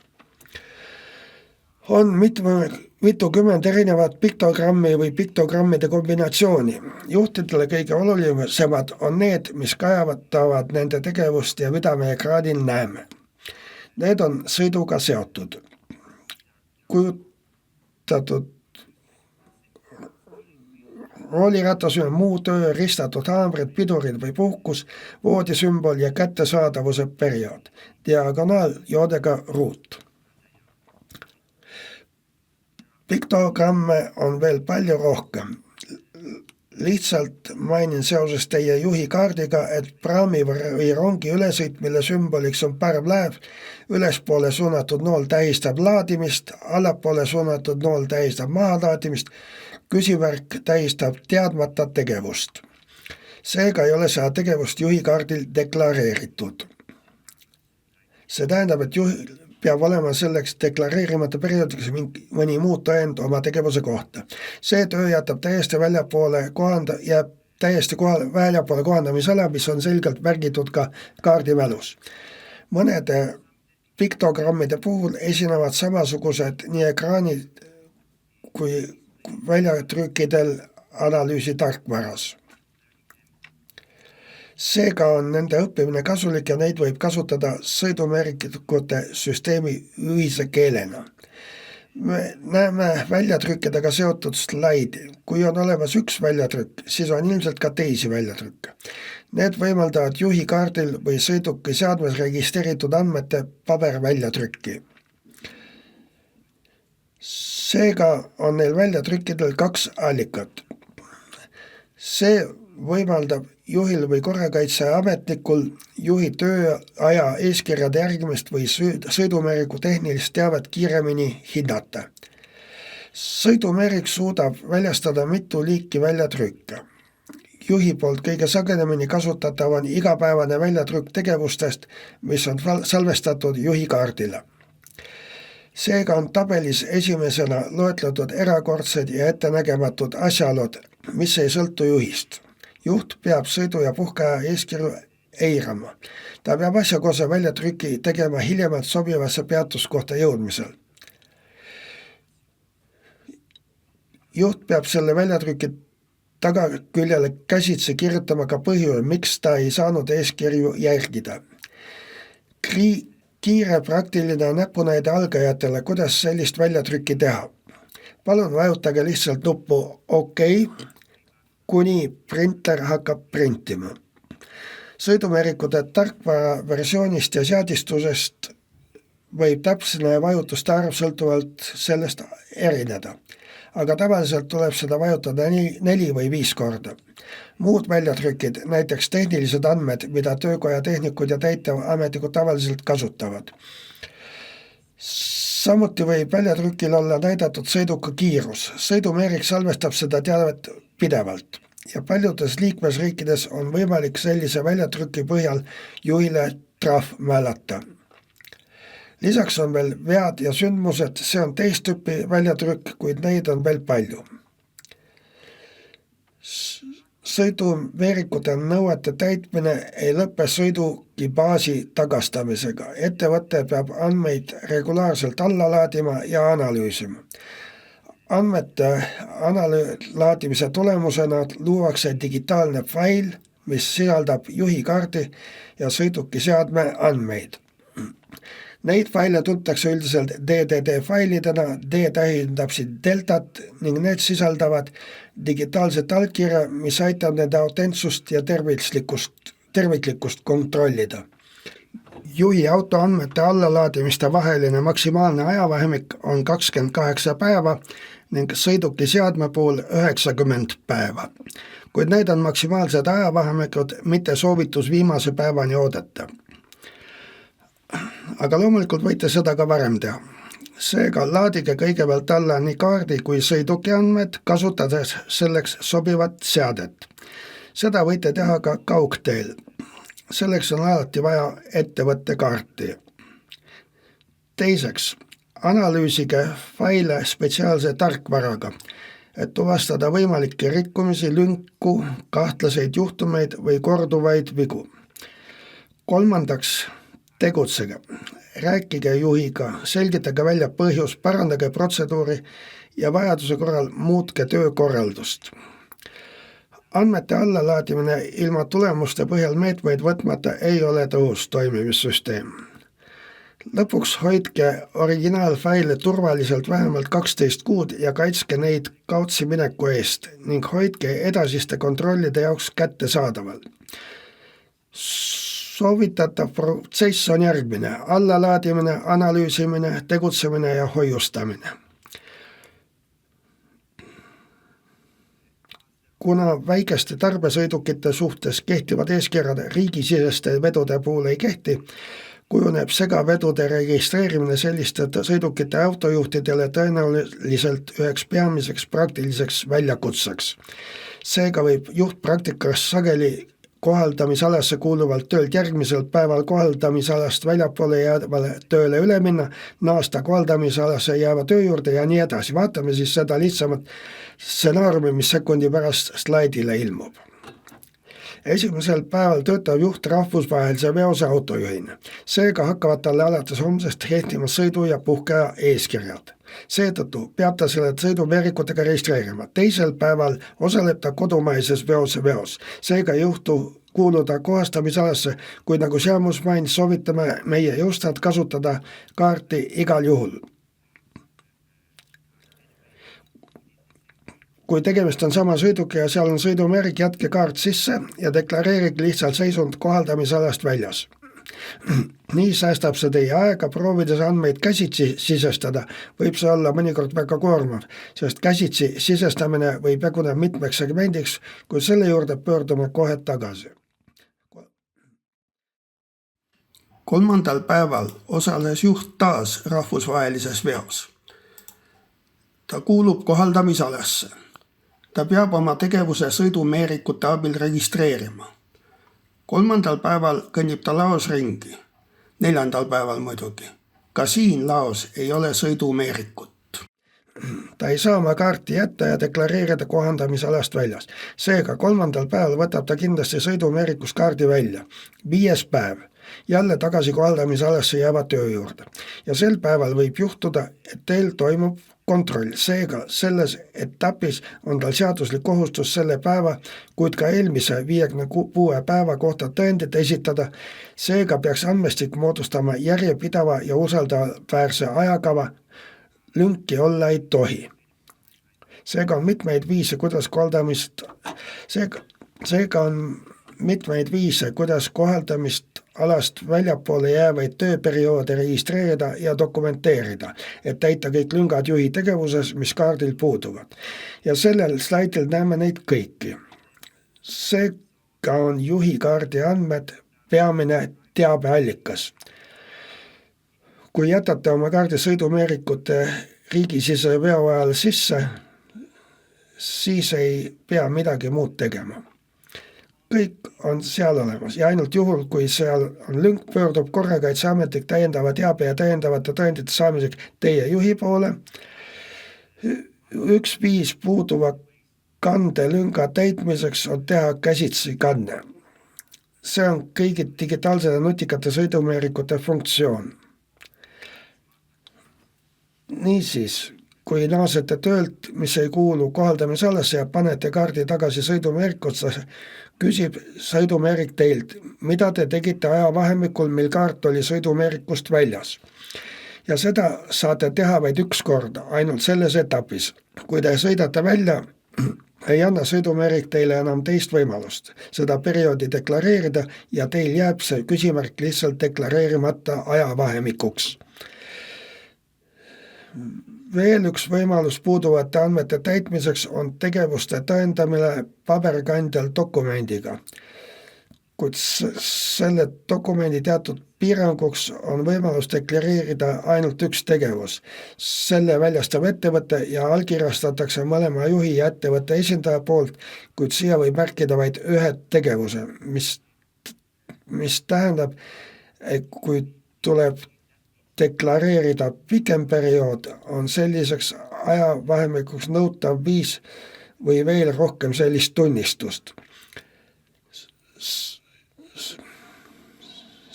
Samuti on juhul, kui juht teeb mõnikord oma kohaldamist välja jäävad tööd, lubatud seda dokumenteerida käsitsi koostatud dokumendiga. Rebige lihtsalt üks sõidumeeriku paberirullilt. Selle tagaküljel on väike tabel, mille saab täita ja teie tegevus deklareerida.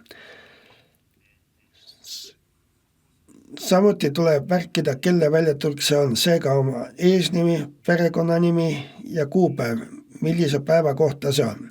Teie kaardi number ja allkirja. Mõned liikmesriigid nõuavad teatud määruse 561 kohaldamisalast välja jäävatelt LCV sõidukite juhtidelt oma tegevuse registreerimist kooskõlas riiklike õigusaktidega. Näiteks Saksamaal kodune vaprus nagu ka mujal Euroopas ei kuulu alates homsest enam määruse 561 kohandamisalasse, kuid seda reguleeritakse endiselt riigisisesel tasandil ja üle 2,8 tonni kaaluvate sõidukijuhid peavad samuti pidama teatavaid registreid, mis võivad hõlmata spetsiaalseid logiraamatuid või riiklikku elektroonilist süsteemi, milles juht salvestab kõik vajalikud perioodid. Seega on siiski oluline meeles pidada, et sellised andmed ei ole EL-i tasemel ühtlustatud. Seetõttu on soovitav kontrollida, kas riikides, kus te kavatsete tegutseda, järgitakse seda tegevuse registreerimise vormi. Sõidumeerikutega seotud nõuete täitmise vastutus on jagatud. See ei lasu ainult juhil ega ainult ettevõttel.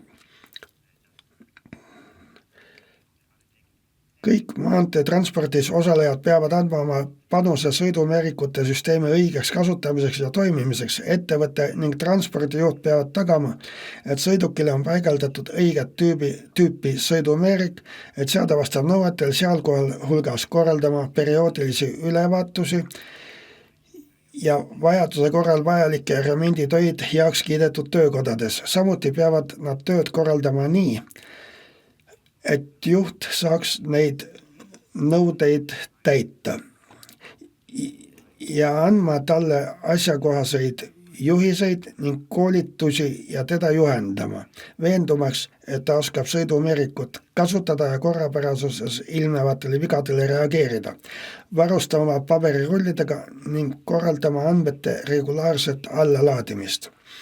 Ka juhil on oma kohustused. Ta peab nii sõidumeerikute kui ka juhi kaarti õigesti kasutama. Kõige olulisem on see, et juht peab täpselt registreerivad tegelikult toimunud tegevused ja veenduma, et juhi kaardil ei ole lünki. Kui on, siis peab koguma oma tegevuse kohta täiendavaid tõendeid, kuid siiski ainult neid, mis on seadusega ette nähtud. Need on need, mis on seadusega lubatud. Seega, kui sõidumeerik või juhikaart ei toimi, tuleb järgida alternatiivseid protseduure ning riket tuleb parandada nii pea kui võimalik.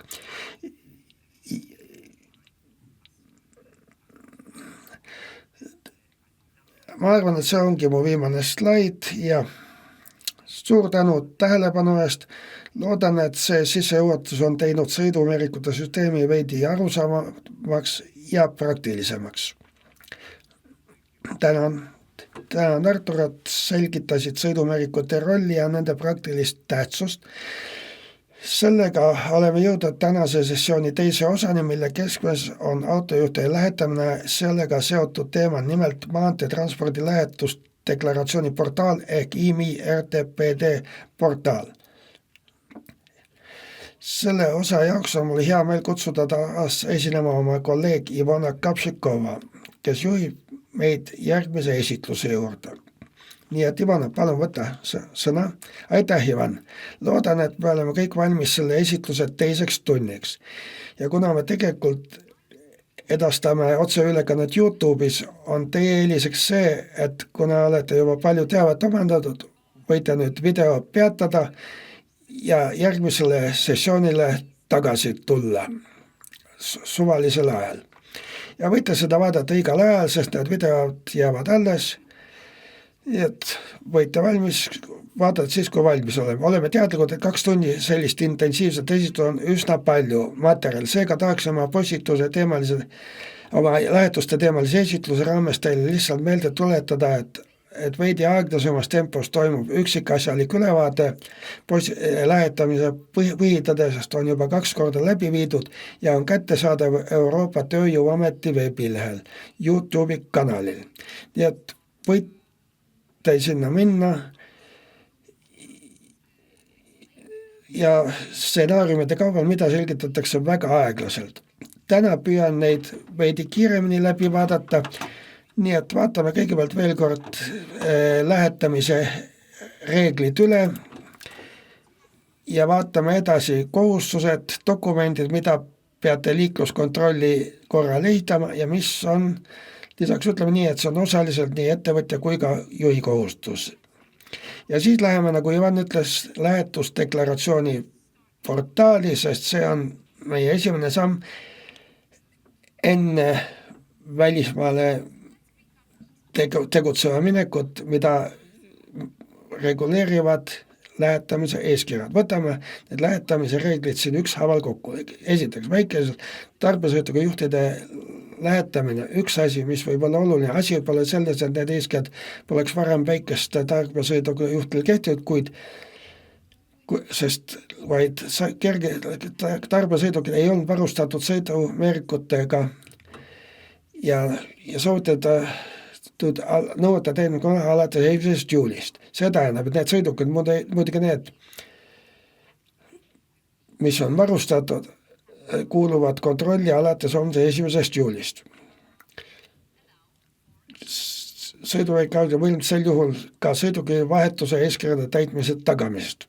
Loomulikult sõltub see transpordi toimingust ja me vaatame need läbi reeglid jälle. Nii et veel kord, see säte jõustub 1. juulist ja kehtib nüüd juhtidele, kes sõidavad sõidukitele, mille lubatud täimass ületab 2,5 tonni.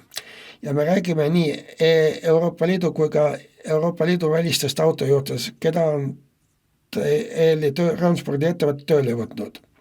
Selge, seega on oluline, et need postid lähetamise eeskirjad kehtiksid EL-i ettevõttel, kes tegelikult levad rahvusvaheliste veoteenustega.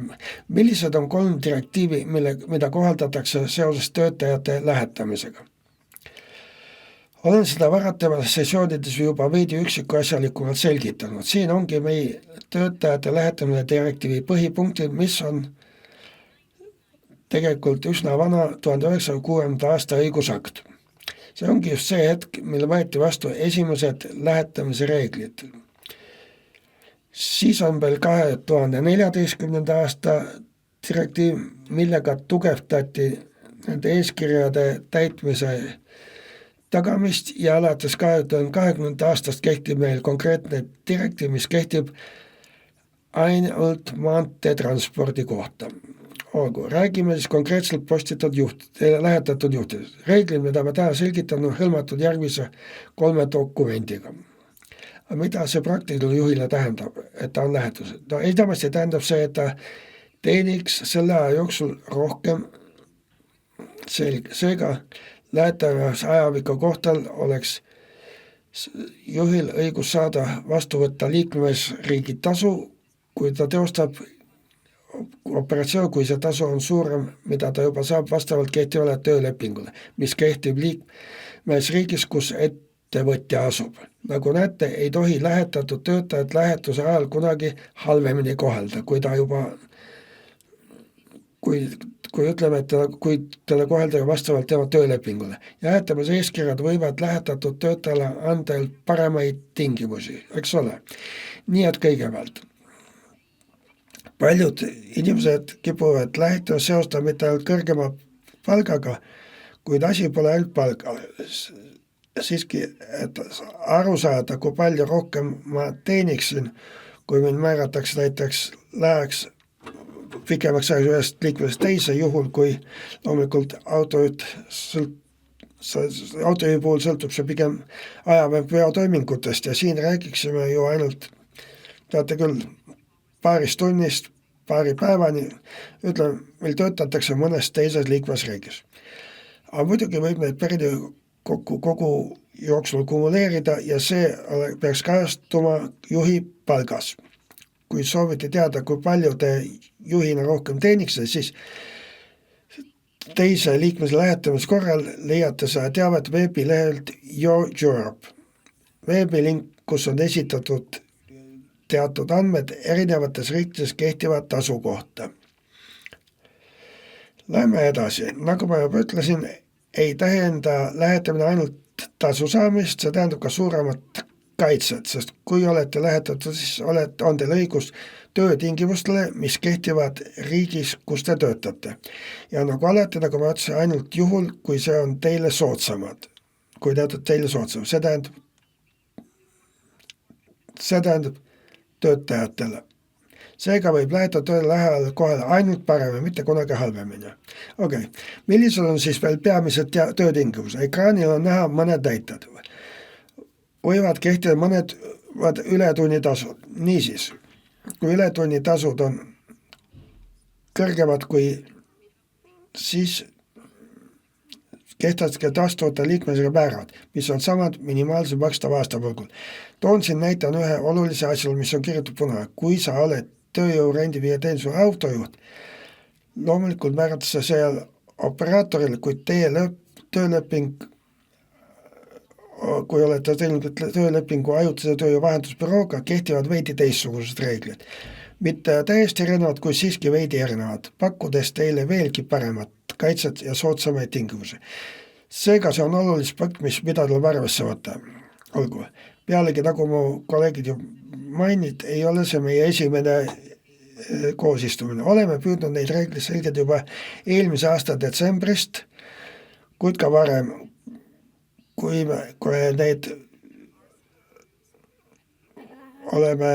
teeme valgas. Pidage meeles, et ELAS Euroopa Laboris on teile mõned materjalid ametlik veebiles, kust võite leida üsna konkreetseid, ütleme nii, materjalid teemal, miks see kõik, isegi see, mis me räägime, miks meid teid huvitama, ütlevad see praktiliselt kogu see sotsiaalõigus ongi loodud selleks, et tagada rohkem õigusi ja paremat kaitset autojuhtidele. Olgu, vaatame siis, millised on kohustused.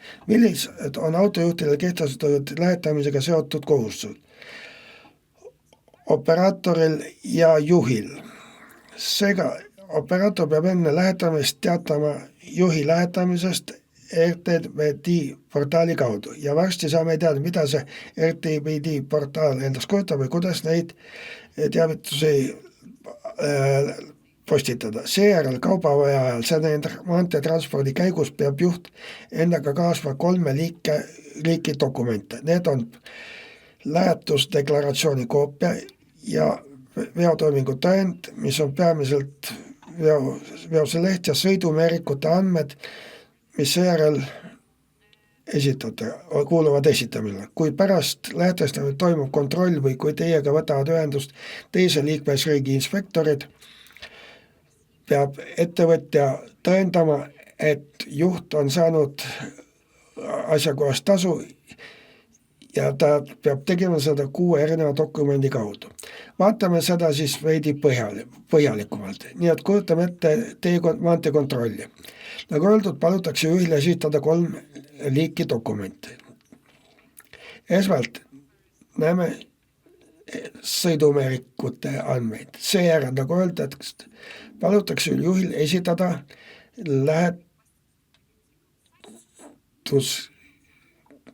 saatekviitung ja miks just see? Sest see annab aimu, millist operatsiooni ta teeb. Saadetise näitab meile, kust laest võeti peale ja kus see asub. Ja kus see maha laaditakse. teadma. Sõltuvalt selle, millisest liikmesriigist ettevõtja pärim, on see just see dokument, mis näitab, kas tegemist on lähetusega või mitte. Ja see on tõesti väga oluline dokument, mida näete. Ja nagu öeldud, kui tehingutle kehtivad lähetamise eeskirjad, siis küsib inspektor teilt saadeti lähetuse deklaratsiooni. Seega on 3 peamist tüüpi dokumenti, mida juht peab esitama kohe, kui et inspektor mõistaks, et ta on lähetatud. Vaatame seda siis veidi põhjalikumalt. Te olete just osalenud Arturi poolt läbi viidud koolitus, mis käsitles sõidumeerikute kasutamist ja sõidumeerikute andmeid. Olete näinud, et neid on 2 liiki. Võite kasutada kas juhikaarti või sõiduki andmeid. Nii, siin räägime 2 tüübist. See on oluline, et igal juhul oleks 1 kaart, kuid muidugi võiks seal olla 2 auto ja see salvestab kõik, mis toimub sõidukiga endaga. Nii, ka siis, kui seda juhib näiteks mõni teine juht. Nii et saate aru, et sõidumeerik salvestab andmeid sõiduki seadmest. Täiendavad juhikaardil sõidumeerikute andmed, eks, sest kui juhikaart näitab ainult seda, mida just see konkreetne juht tegi. Sõidumeerikute andmed annavad aga rohkem teavat. Nii et lähme edasi. Kaubasaatelehed. Siinkohal peame muidugi nimetuse kaubasaatelehtede all kirjas ainult kaubaväe puhul, sest see on dokument, mida näete ainult kaubaveol. Ja nagu te teate, väikeste tarbesõiduki puhul, mis on väiksemad, see hõlmabki see vaid kaubaveo laiendatud dokumente. Õigusakte, reisijate vedu, reisijate võtkaad väiksemad sõidukid on see, mida pikk käesolev laiendus ei hõlma. Selge. Siin rääkides ongi veel muid dokumente, mida tuleb kontrollida. Deklaratsiooni esitamine. Selle lähetuse deklaratsiooni üksikasjadega tutvuma hiljem selle teema raames, kuid juba praegu on näha, et tegemist on ühe leheküljelise dokumendiga, milles on QR-kood. See võimaldab QR-kood seda deklaratsiooni reaalajas kontrollida, sest operaator suudab selle deklaratsiooni andmeid muuta praktiliselt reaalajas. Seega saab deklaratsiooni uuendada isegi pärast esitamist tähtaja möödumist. Olgu, lähme edasi. Ja vaatame nüüd läbi ja tuletame meelde, millised on peamised transpordi võimaluste operatsioon, mis tegelikult käivitavad kirjandamisreeglite kohaldamise, sest mitte kõik rahvulised veod ei kuulu lähetuseeskirjade kohaldamisalasse. Mõned neist on avaldamisest vabastatud. Niisiis, kahepoolsed veod, need on toimikud, mis kas nimetel algavad kodunt ja lõpevad kodunt, mis tähendab, et operaator, kes saadab sõiduki juhi välja, kas viib kaupa, kas kuskil kodud või kaubatoast või toob seda tagasi liikmesriiki. Kui tehingul on selline kahepoolne iseloom, siis ei kohaldatakse ühtegi kirjandamisreeglit. Selge, seega kahepoolne veotoimingu lähetusest välja jäetud. Sama kehtib ka transiidi puhul. Transiit tähendab liikmesriigi läbi ilma kauba peale või mahalaadimiseta. Peame meeles pidama, et lähtestamisreeglid on reeglid, mis kajatavad teenuseid. Siin ei ole tegemist töötajate vaba liikumisega. Küsimus on teenuste osutamises. Niisiis, kui teenuseid ei osutata, vaid olete lihtsalt läbisõidul, siis töötate juhina, kuid selles liikmesriigis ei osuta mingeid teenuseid.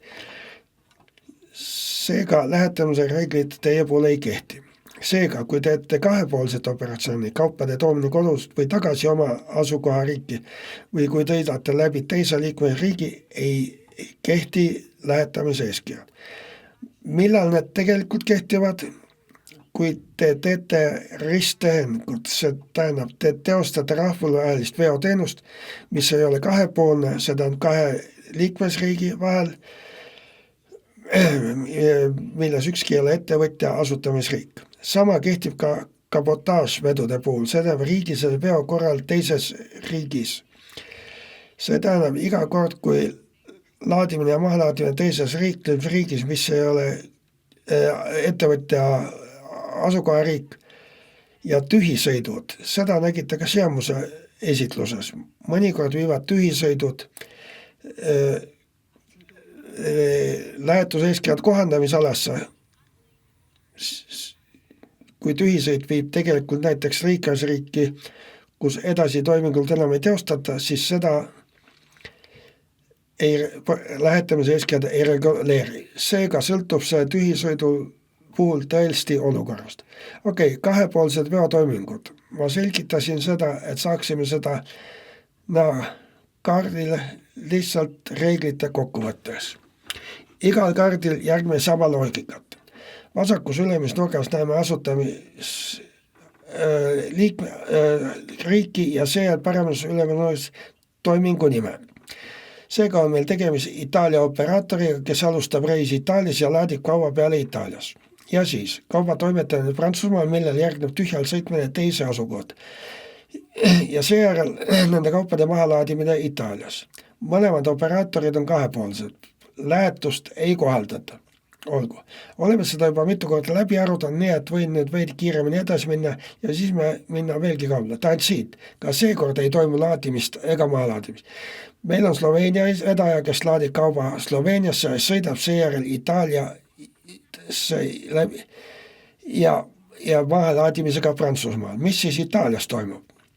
Ainult transiitlaadimine mahalaadimist ei toimu, Itaalias ei osutata teenused ja Itaalias ütlesin, ja vabanegi, ma olen natuke segadus, aga vaadake kaarti, täpselt. Seega kehtib Itaalias vaid transiidi eeskiri, lähetamise eeskirja ei kohaldata.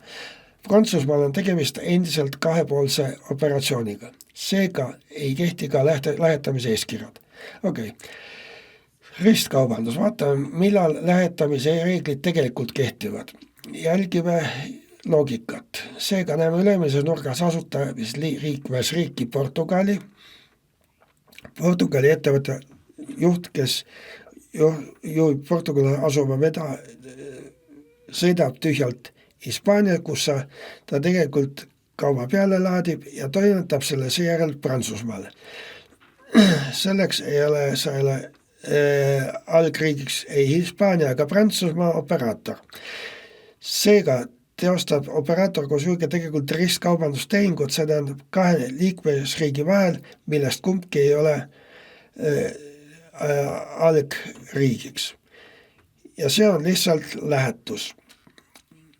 Ja siis veel üks aprill, mille käigus last laaditakse Prantsusmaal ja seal Hispaanias maha laaditakse. See, mille järgi ta koju tagasi loeb. Ja siin tegime esimese katse. Me tunnistame seda lähtestamist. Nüüd tuleb käsitleda teist küsimust. Millal algab tööle asumine? See on teine rakendusaste, raskusaste, mida on keeruline mõista, millal see algab. Ja siin näete 3 praktiliselt tühisõitu. Proovime siis aru saada, kust see lähetus algab. Esimene reegel on see, et teid ei saa määrata teenust lähetuse omaenda liikmesriik. Seega ei saa vedu alata Portugalis, sest see autojuht töötab Portugalis.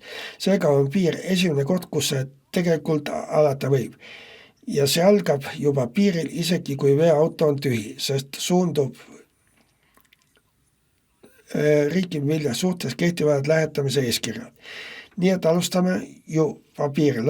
Seega räägime Hispaanias suundavat posti lähetusest, mille teekord asub piiril ja lõpeb saadi Prantsusmaal, kus autojuht ületab piiri Prantsusmaal. Siin näeme tühja sõitu ühe laadimise ja teise vahel ja teise laadimisega, mis kuulub endiselt lähetamise eeskirjade alla,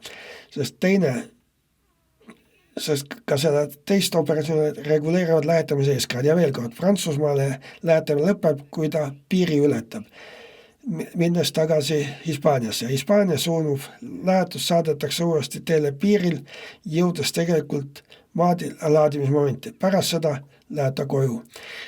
Nii suundab operaatori poole. Lähetuses ei ole kirjutanud muid operatsioone. Ja just seetõttu on komisjoni suuliselt märginud, et see ongi lähetuse lõpphetk.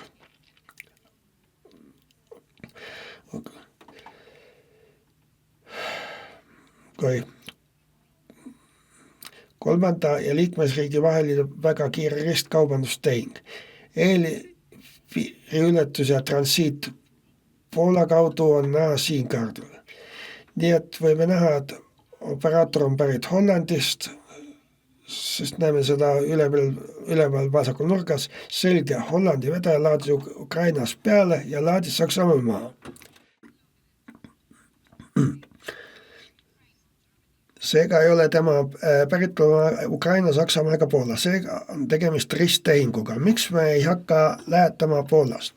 Sest Poola on ju vaid transiitriik. Miks me ei hakanud lähetama Ukrainast?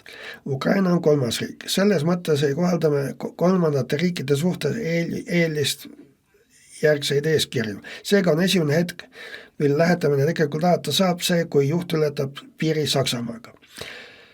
Ma tean, et ma räägin kiiresti, aga olen kindel, et te suudate jälgida. Kui mitte, siis palun vaadake uuesti eelmised lähetamise teemalised õppetunnid, kui ma olen veidi aeglasemast tempos rääkinud. Siin on lähetamise viimane etapp seotud mahalaadimisega. Ja muidugi ei tea me sellel kaardil, mida juht järgmisena teeb. Aga kui ta midagi ette ei võtta, siis on see lähetuse viimane hetk. Selge, kabotaaž. Kabotaaž on tüüpiline tööle lähetaja juhtum.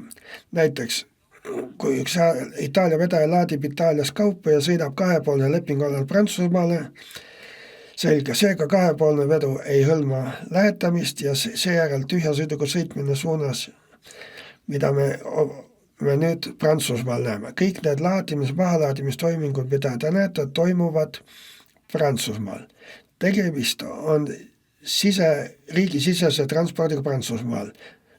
Tegija on Itaaliast päris välismaine operaator. Nii et tegelikult on tegemist juurdevaja kellegi teise siseturule. Nii siis puhas versioon. Mis siin siis toimub? Selle juhiga kahepoolne operatsioon. Me teame, et kahepoolsed puhul ei lähetata pärast teatava ligi siiri transpordi tegevus Prantsusmaal, see ongi kabotas. Tegelikult suutis ta neist operatsioonid läbi viia vaid 3, sest piirang meil kehtinud mõne teise õigusakti ajaks. Nüüd tekib küsimus. Me teame, et kabotas on hõlmatud. Küsimus seal, millest see algab? Ja seal saab alata alles pärast kahepoolset operatsiooni, sest kahepoolne operatsioon on vabastatud lähetamise eeskirjad. Nii et see algab hetkel, mil juht hakkab sõitma suunas, kus kehtivad lähetuse eeskirjad ja see lõpeb kohe, kui ta kaua maha laadib ja koju läheb. Selge. Me tean, et need on lihtsad stsenaariumid ja neile on talle tagasisided, et me esitame endiselt põhilisi stsenaariume, sest on oluline tunda põhitõdesid. Võiksime selle tudide lisada näiteks keerulisemaid stsenaariume, kuid palun võtke arvesse ka seda, et on olemas rühm liikmesriike, kes esindavad neid töö- ja transpordiasutused, kes tegevad kaugemate, keerulisemate ja väljatöötatumate stsenaariumitega. Ja loodega võetakse neid ka vastu, et saaksime teile tutvustada. Olgu. Kust võiks veel kasulikke linke leida? Siin saate vaadata oma Euroopa veebileht, meil on lühike juhend töötajate lähetamise kohta, praktiline juhend lähetamise kohta, jälgida saab materjali, seega üsna ulatuslik nimekiri dokumentidest, mis võiksid teile abi olla. Tutvuge nende lähetamise reeglitega. Ma tean, et see on palju, aga vähemalt teate, kust neid leida. Nii et loodame, et see aitab. Hästi, nüüd olen ma valmis minema üle tänasele viimasele esitusele, mille teemaks on IME RTPD portaal, kus ma püüan teile tutvustada materjali, mille on koostanud Euroopa Komisjon, mis on endiselt kättesaadavad või on seal olnud alates 2022. aastast. Mis võiks veel aidata aru, mis nüüd teha? See oluline, et aluksi loomisest operaator, mitte kui juhina. ma pöördun nüüd operaatorite peale. Teil tuleb luua oma veebilehel oma portaal. Deklaratsioonide esitamine portaalis. See on ainus EL-i portaal kõigi liikmesriikide jaoks. Nii et läbi selle ühe portaali nii saab esitada deklaratsioonid kõigile 27 liikmesriigile. Lisaks peaksid tegelikult olema liidetud ka Norra ja Ühendkuningriik. Nii et meil on, ütleme nii, veel mõned riigid, kes lähevad EL-ist veelgi kaugemale. Mida tuleb siis teha enne kui luua konto loomist? Teil peab olema EL-i sisselogimisandmed. Nii saab seda kontordi kasutada. Teid peab kuidagi tuvastama, eks. Seega peate kõigepealt looma EL-i kasutajakonto ja alles siis tegelikult luua teie konto. Nii, et kõigepealt on siin aadress, mille võiksite endale märkida ja alustame sellest, et hakkate seda juba täna uurima. Soovitin seda teha võimalik kiiresti, kui kavatse homme juba siseneda. Ma mõtlen, et oma juhi andmed üles panna, sest kohustus on muidugi jälle operaatorist sõltuv. Keskendugem nüüd siis sellele operaatorile. Kuidas siis alustada? Meil on maanteetranspordi tööle asumise deklaratsioonide portaal. Nagu aadressil on abiosa. Seega kutsusin teid nüüd üles minema sellesse abiosasse, kus saate näha erinevaid linki erinevatele videotele. Ja nüüd mängime neist 2. Kõik need videod selgitavad lihtsalt samm-sammul, mida teha. Klõpsake. Neil pole helisignaali, kuid tegelikult on neil subtiitrid kõigis ametlikes keeltes. Okei. Kui te rääkida mõnest ametlikest keeltest, saate nendes õppevideotes oma keele valida ja täpselt aru saada, millest seal jutt on. Nii et meie esimene samm oleks, nagu ütlesin, luua EL-i sisselogimiskonto. Vaatame selle lihtsalt läbi ja uurime, kuidas seda teha.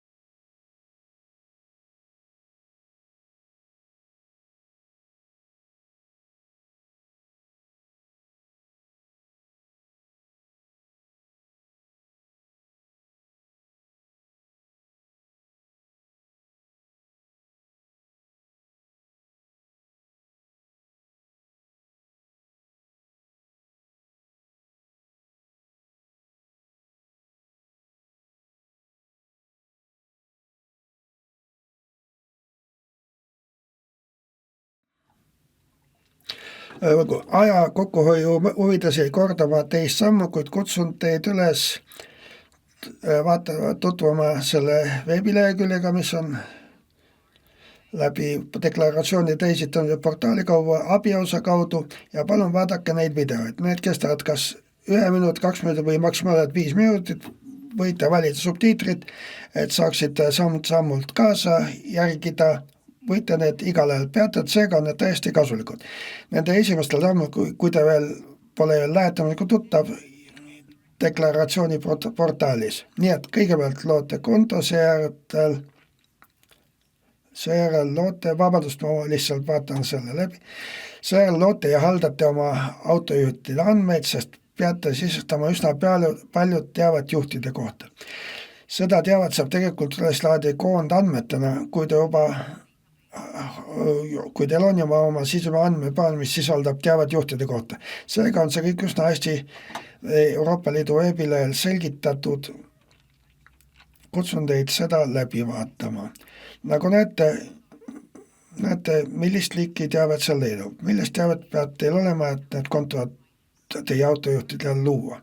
Kõigepealt muidugi lähetuste deklaratsioonis on, ütleme, näiteks liikmesriikide valik, kus kavatsete seda vedu korraldada.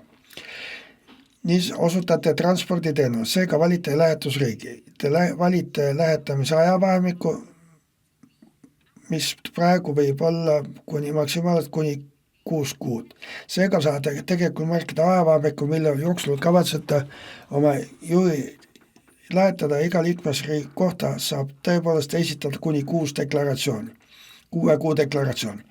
Seejärel tuleb valida operatsioonide liik ja veoliik ning märkida üsna üksikasjalik teave ettevõtte kohta. Ja nagu näete, on kõik, mis te seejärel muudada, nähtav ka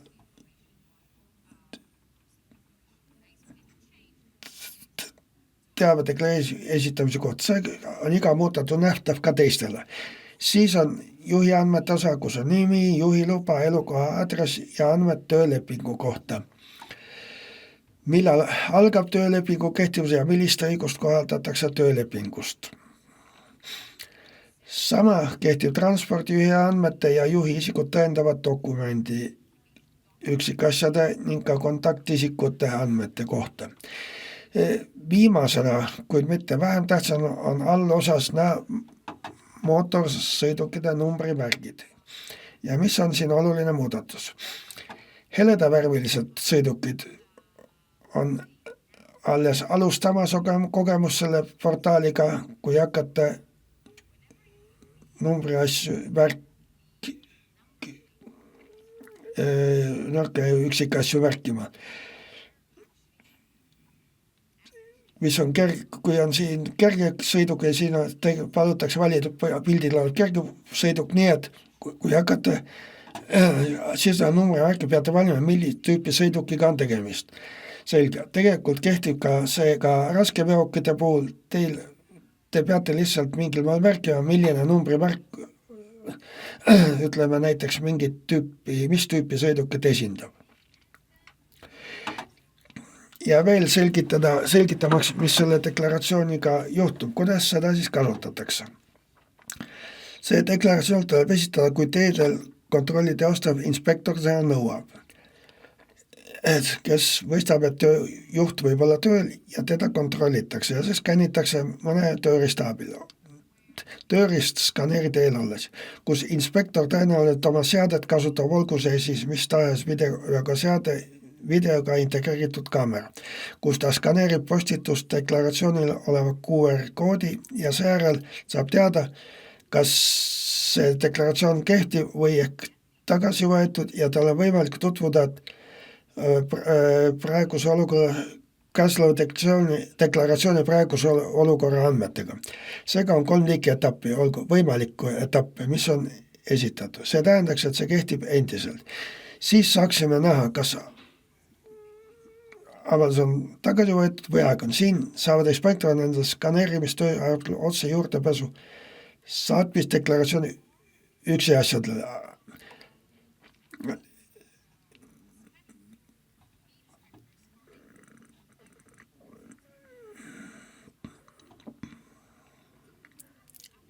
Mis juhtub pärast teekontrolli?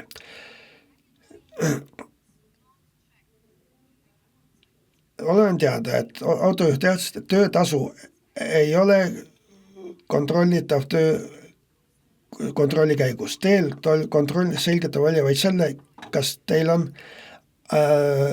olete tööl või mitte. Kuid tutvuge täpsemalt oma õigustega registreeritud juhina või oma kohustustega.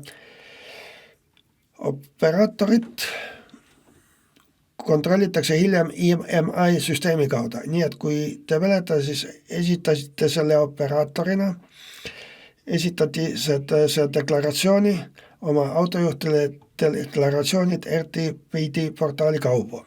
See portaal on ühendatud IMI süsteemiga ja IMI süsteem ühendab kõik inspektorid Euroopa Liidus. Vaatame seda siis veidi lähemalt.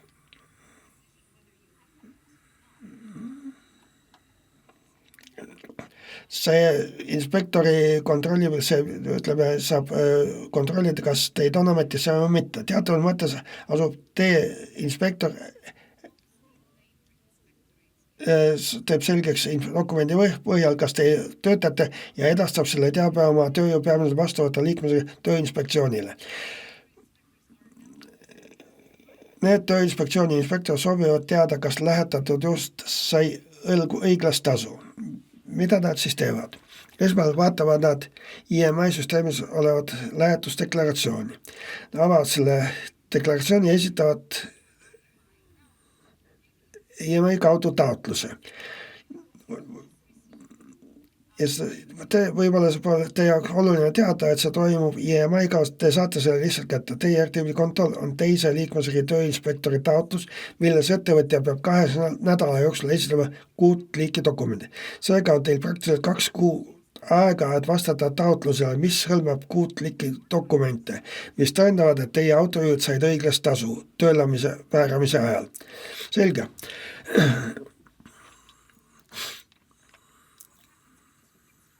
Mis juhtub, sest ekraanil on näha, et ekraan soovitas või selge see, et see võib toimuda alles pärast maanteekontrolli. See on oluline, et te teaksite, et need palgakontrollid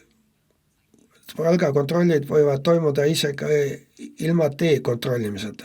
Teid võidakse valida just esitatud deklaratsiooni alusel kontrollimiseks RTTP portaalis. Selge, seega hiljemalt 8 nädala jooksul alates taotluse kätte peaksite esitama 6 liiki dokumente. Nagu te nägite, olid esimesed 2 samad, mis oli TR kontrollil välja pandud. Siiski need sõidumeerikud andmeid või veokirju võidakse taotlema pikemaks aja kohta. Tavaliselt palutakse T-kontrolli kohal esitada vastavuse saatelehe. Kui teilt palutakse esitada saateleht, võib see olla seotud järgmiste asjaoludega. Pikama aja jooksul mitte ainult selle toimingul, mis lähtest on toimus. Sama kehtib ka sõidumeerikute andmete kohta. 3. punkt käsitleb, mis on seotud just lähetusperioodi jooksul. Selles võiks tõlkida palganäiks, sest sõltuvalt sellest, kas kõik palgaostus on näha. Kui taotluse esitaja ei saa näha tasu koostöö osasid, see tähendab, kui te lõpsena tegelikult välja arvuda, sõltumaselt sellest, kas juhile maksta tegelikult õiglast, võite saada tööinspektsioonilt täiendavad nõuded. Siis küsitakse ka töölepingud ja töötundide arvestus ning viimasena, kui mitte vähemalt tõend juhi töötasu maksmise kohta. Seega küsite teilt kui operaatorilt, kui teiega ühendust võetakse, kas lähtetamisega toimus kontroll nende 6 liiki dokumendi kohustust esitamise kohta. Mis siis juhtub, kui te seda ei tee? Vastuvõtta riigi pädev asutus, tähendab tööinspektsioon selles riigis, kus toimub lähetus, võiksid tegelikult paluda oma kodumaa ametiastu abi nende hankimisel, eks. Seega, kui operaator ei vasta 8 nädala jooksul, siis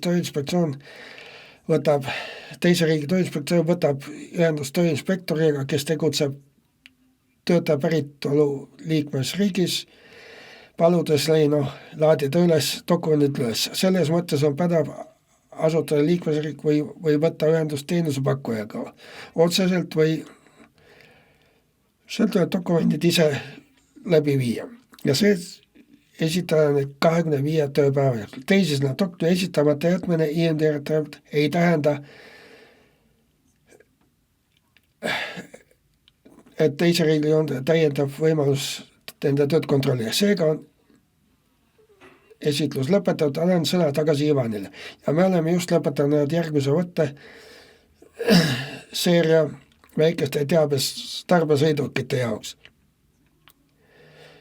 Me oleme praegu Ivana, tänan teid selge põhjaliku ülevaatust. Nagu Ivana juba mainis, jõuame tasapisi tänase sessiooni lõpule. Aga enne seda on meil päevakorras veel üks viimane punkt, lõppsõnad ja selleks sooviksin sõna anda tagasi kolleeg Antonio Böörile. Antonio, palun. Aitäh, Ivan, see on olnud väga põhjalik ja lühike webisaamer väikeste tarbesõidukute uute eeskirjade kohta. Vahemikus 2,5 kuni 3,5 tonni, mis jõustub homme kolmapäeval 1. juulil 2026. palun võtke uus eeskirju tõsiselt ja rakendage need kohe. Riiklikud maanteetranspordi järelevalveasutused hakkavad eeskirju jõustama ning järgi eeskirju, et vältida trahve ja sanktsioone. Kokkuvõttes on teemad, millega peate tegelema: sõidu- ja puhkeajad, sõidumeerikud, juhi eeskirjade ja vastava ja deklaratsioonide eeskirjad. Portaal. Kutsume teid materjalidega tutvuma ja võtma ühendust teie maanteetranspordi ettevõtetega, ametiühinga, tööandjate organisatsiooni või riigiasutusega. Sooviksin nüüd kasutada võimalust ja tänada kõiki osalemise eest, esinejatele, moderaatorile nende väärtuslike panuste eest, osalejatele, et leidsite aega seda veebiseminari jälgida. Sõitke ettevaatlikult, püsige kursis ja täname, et olite täna meiega.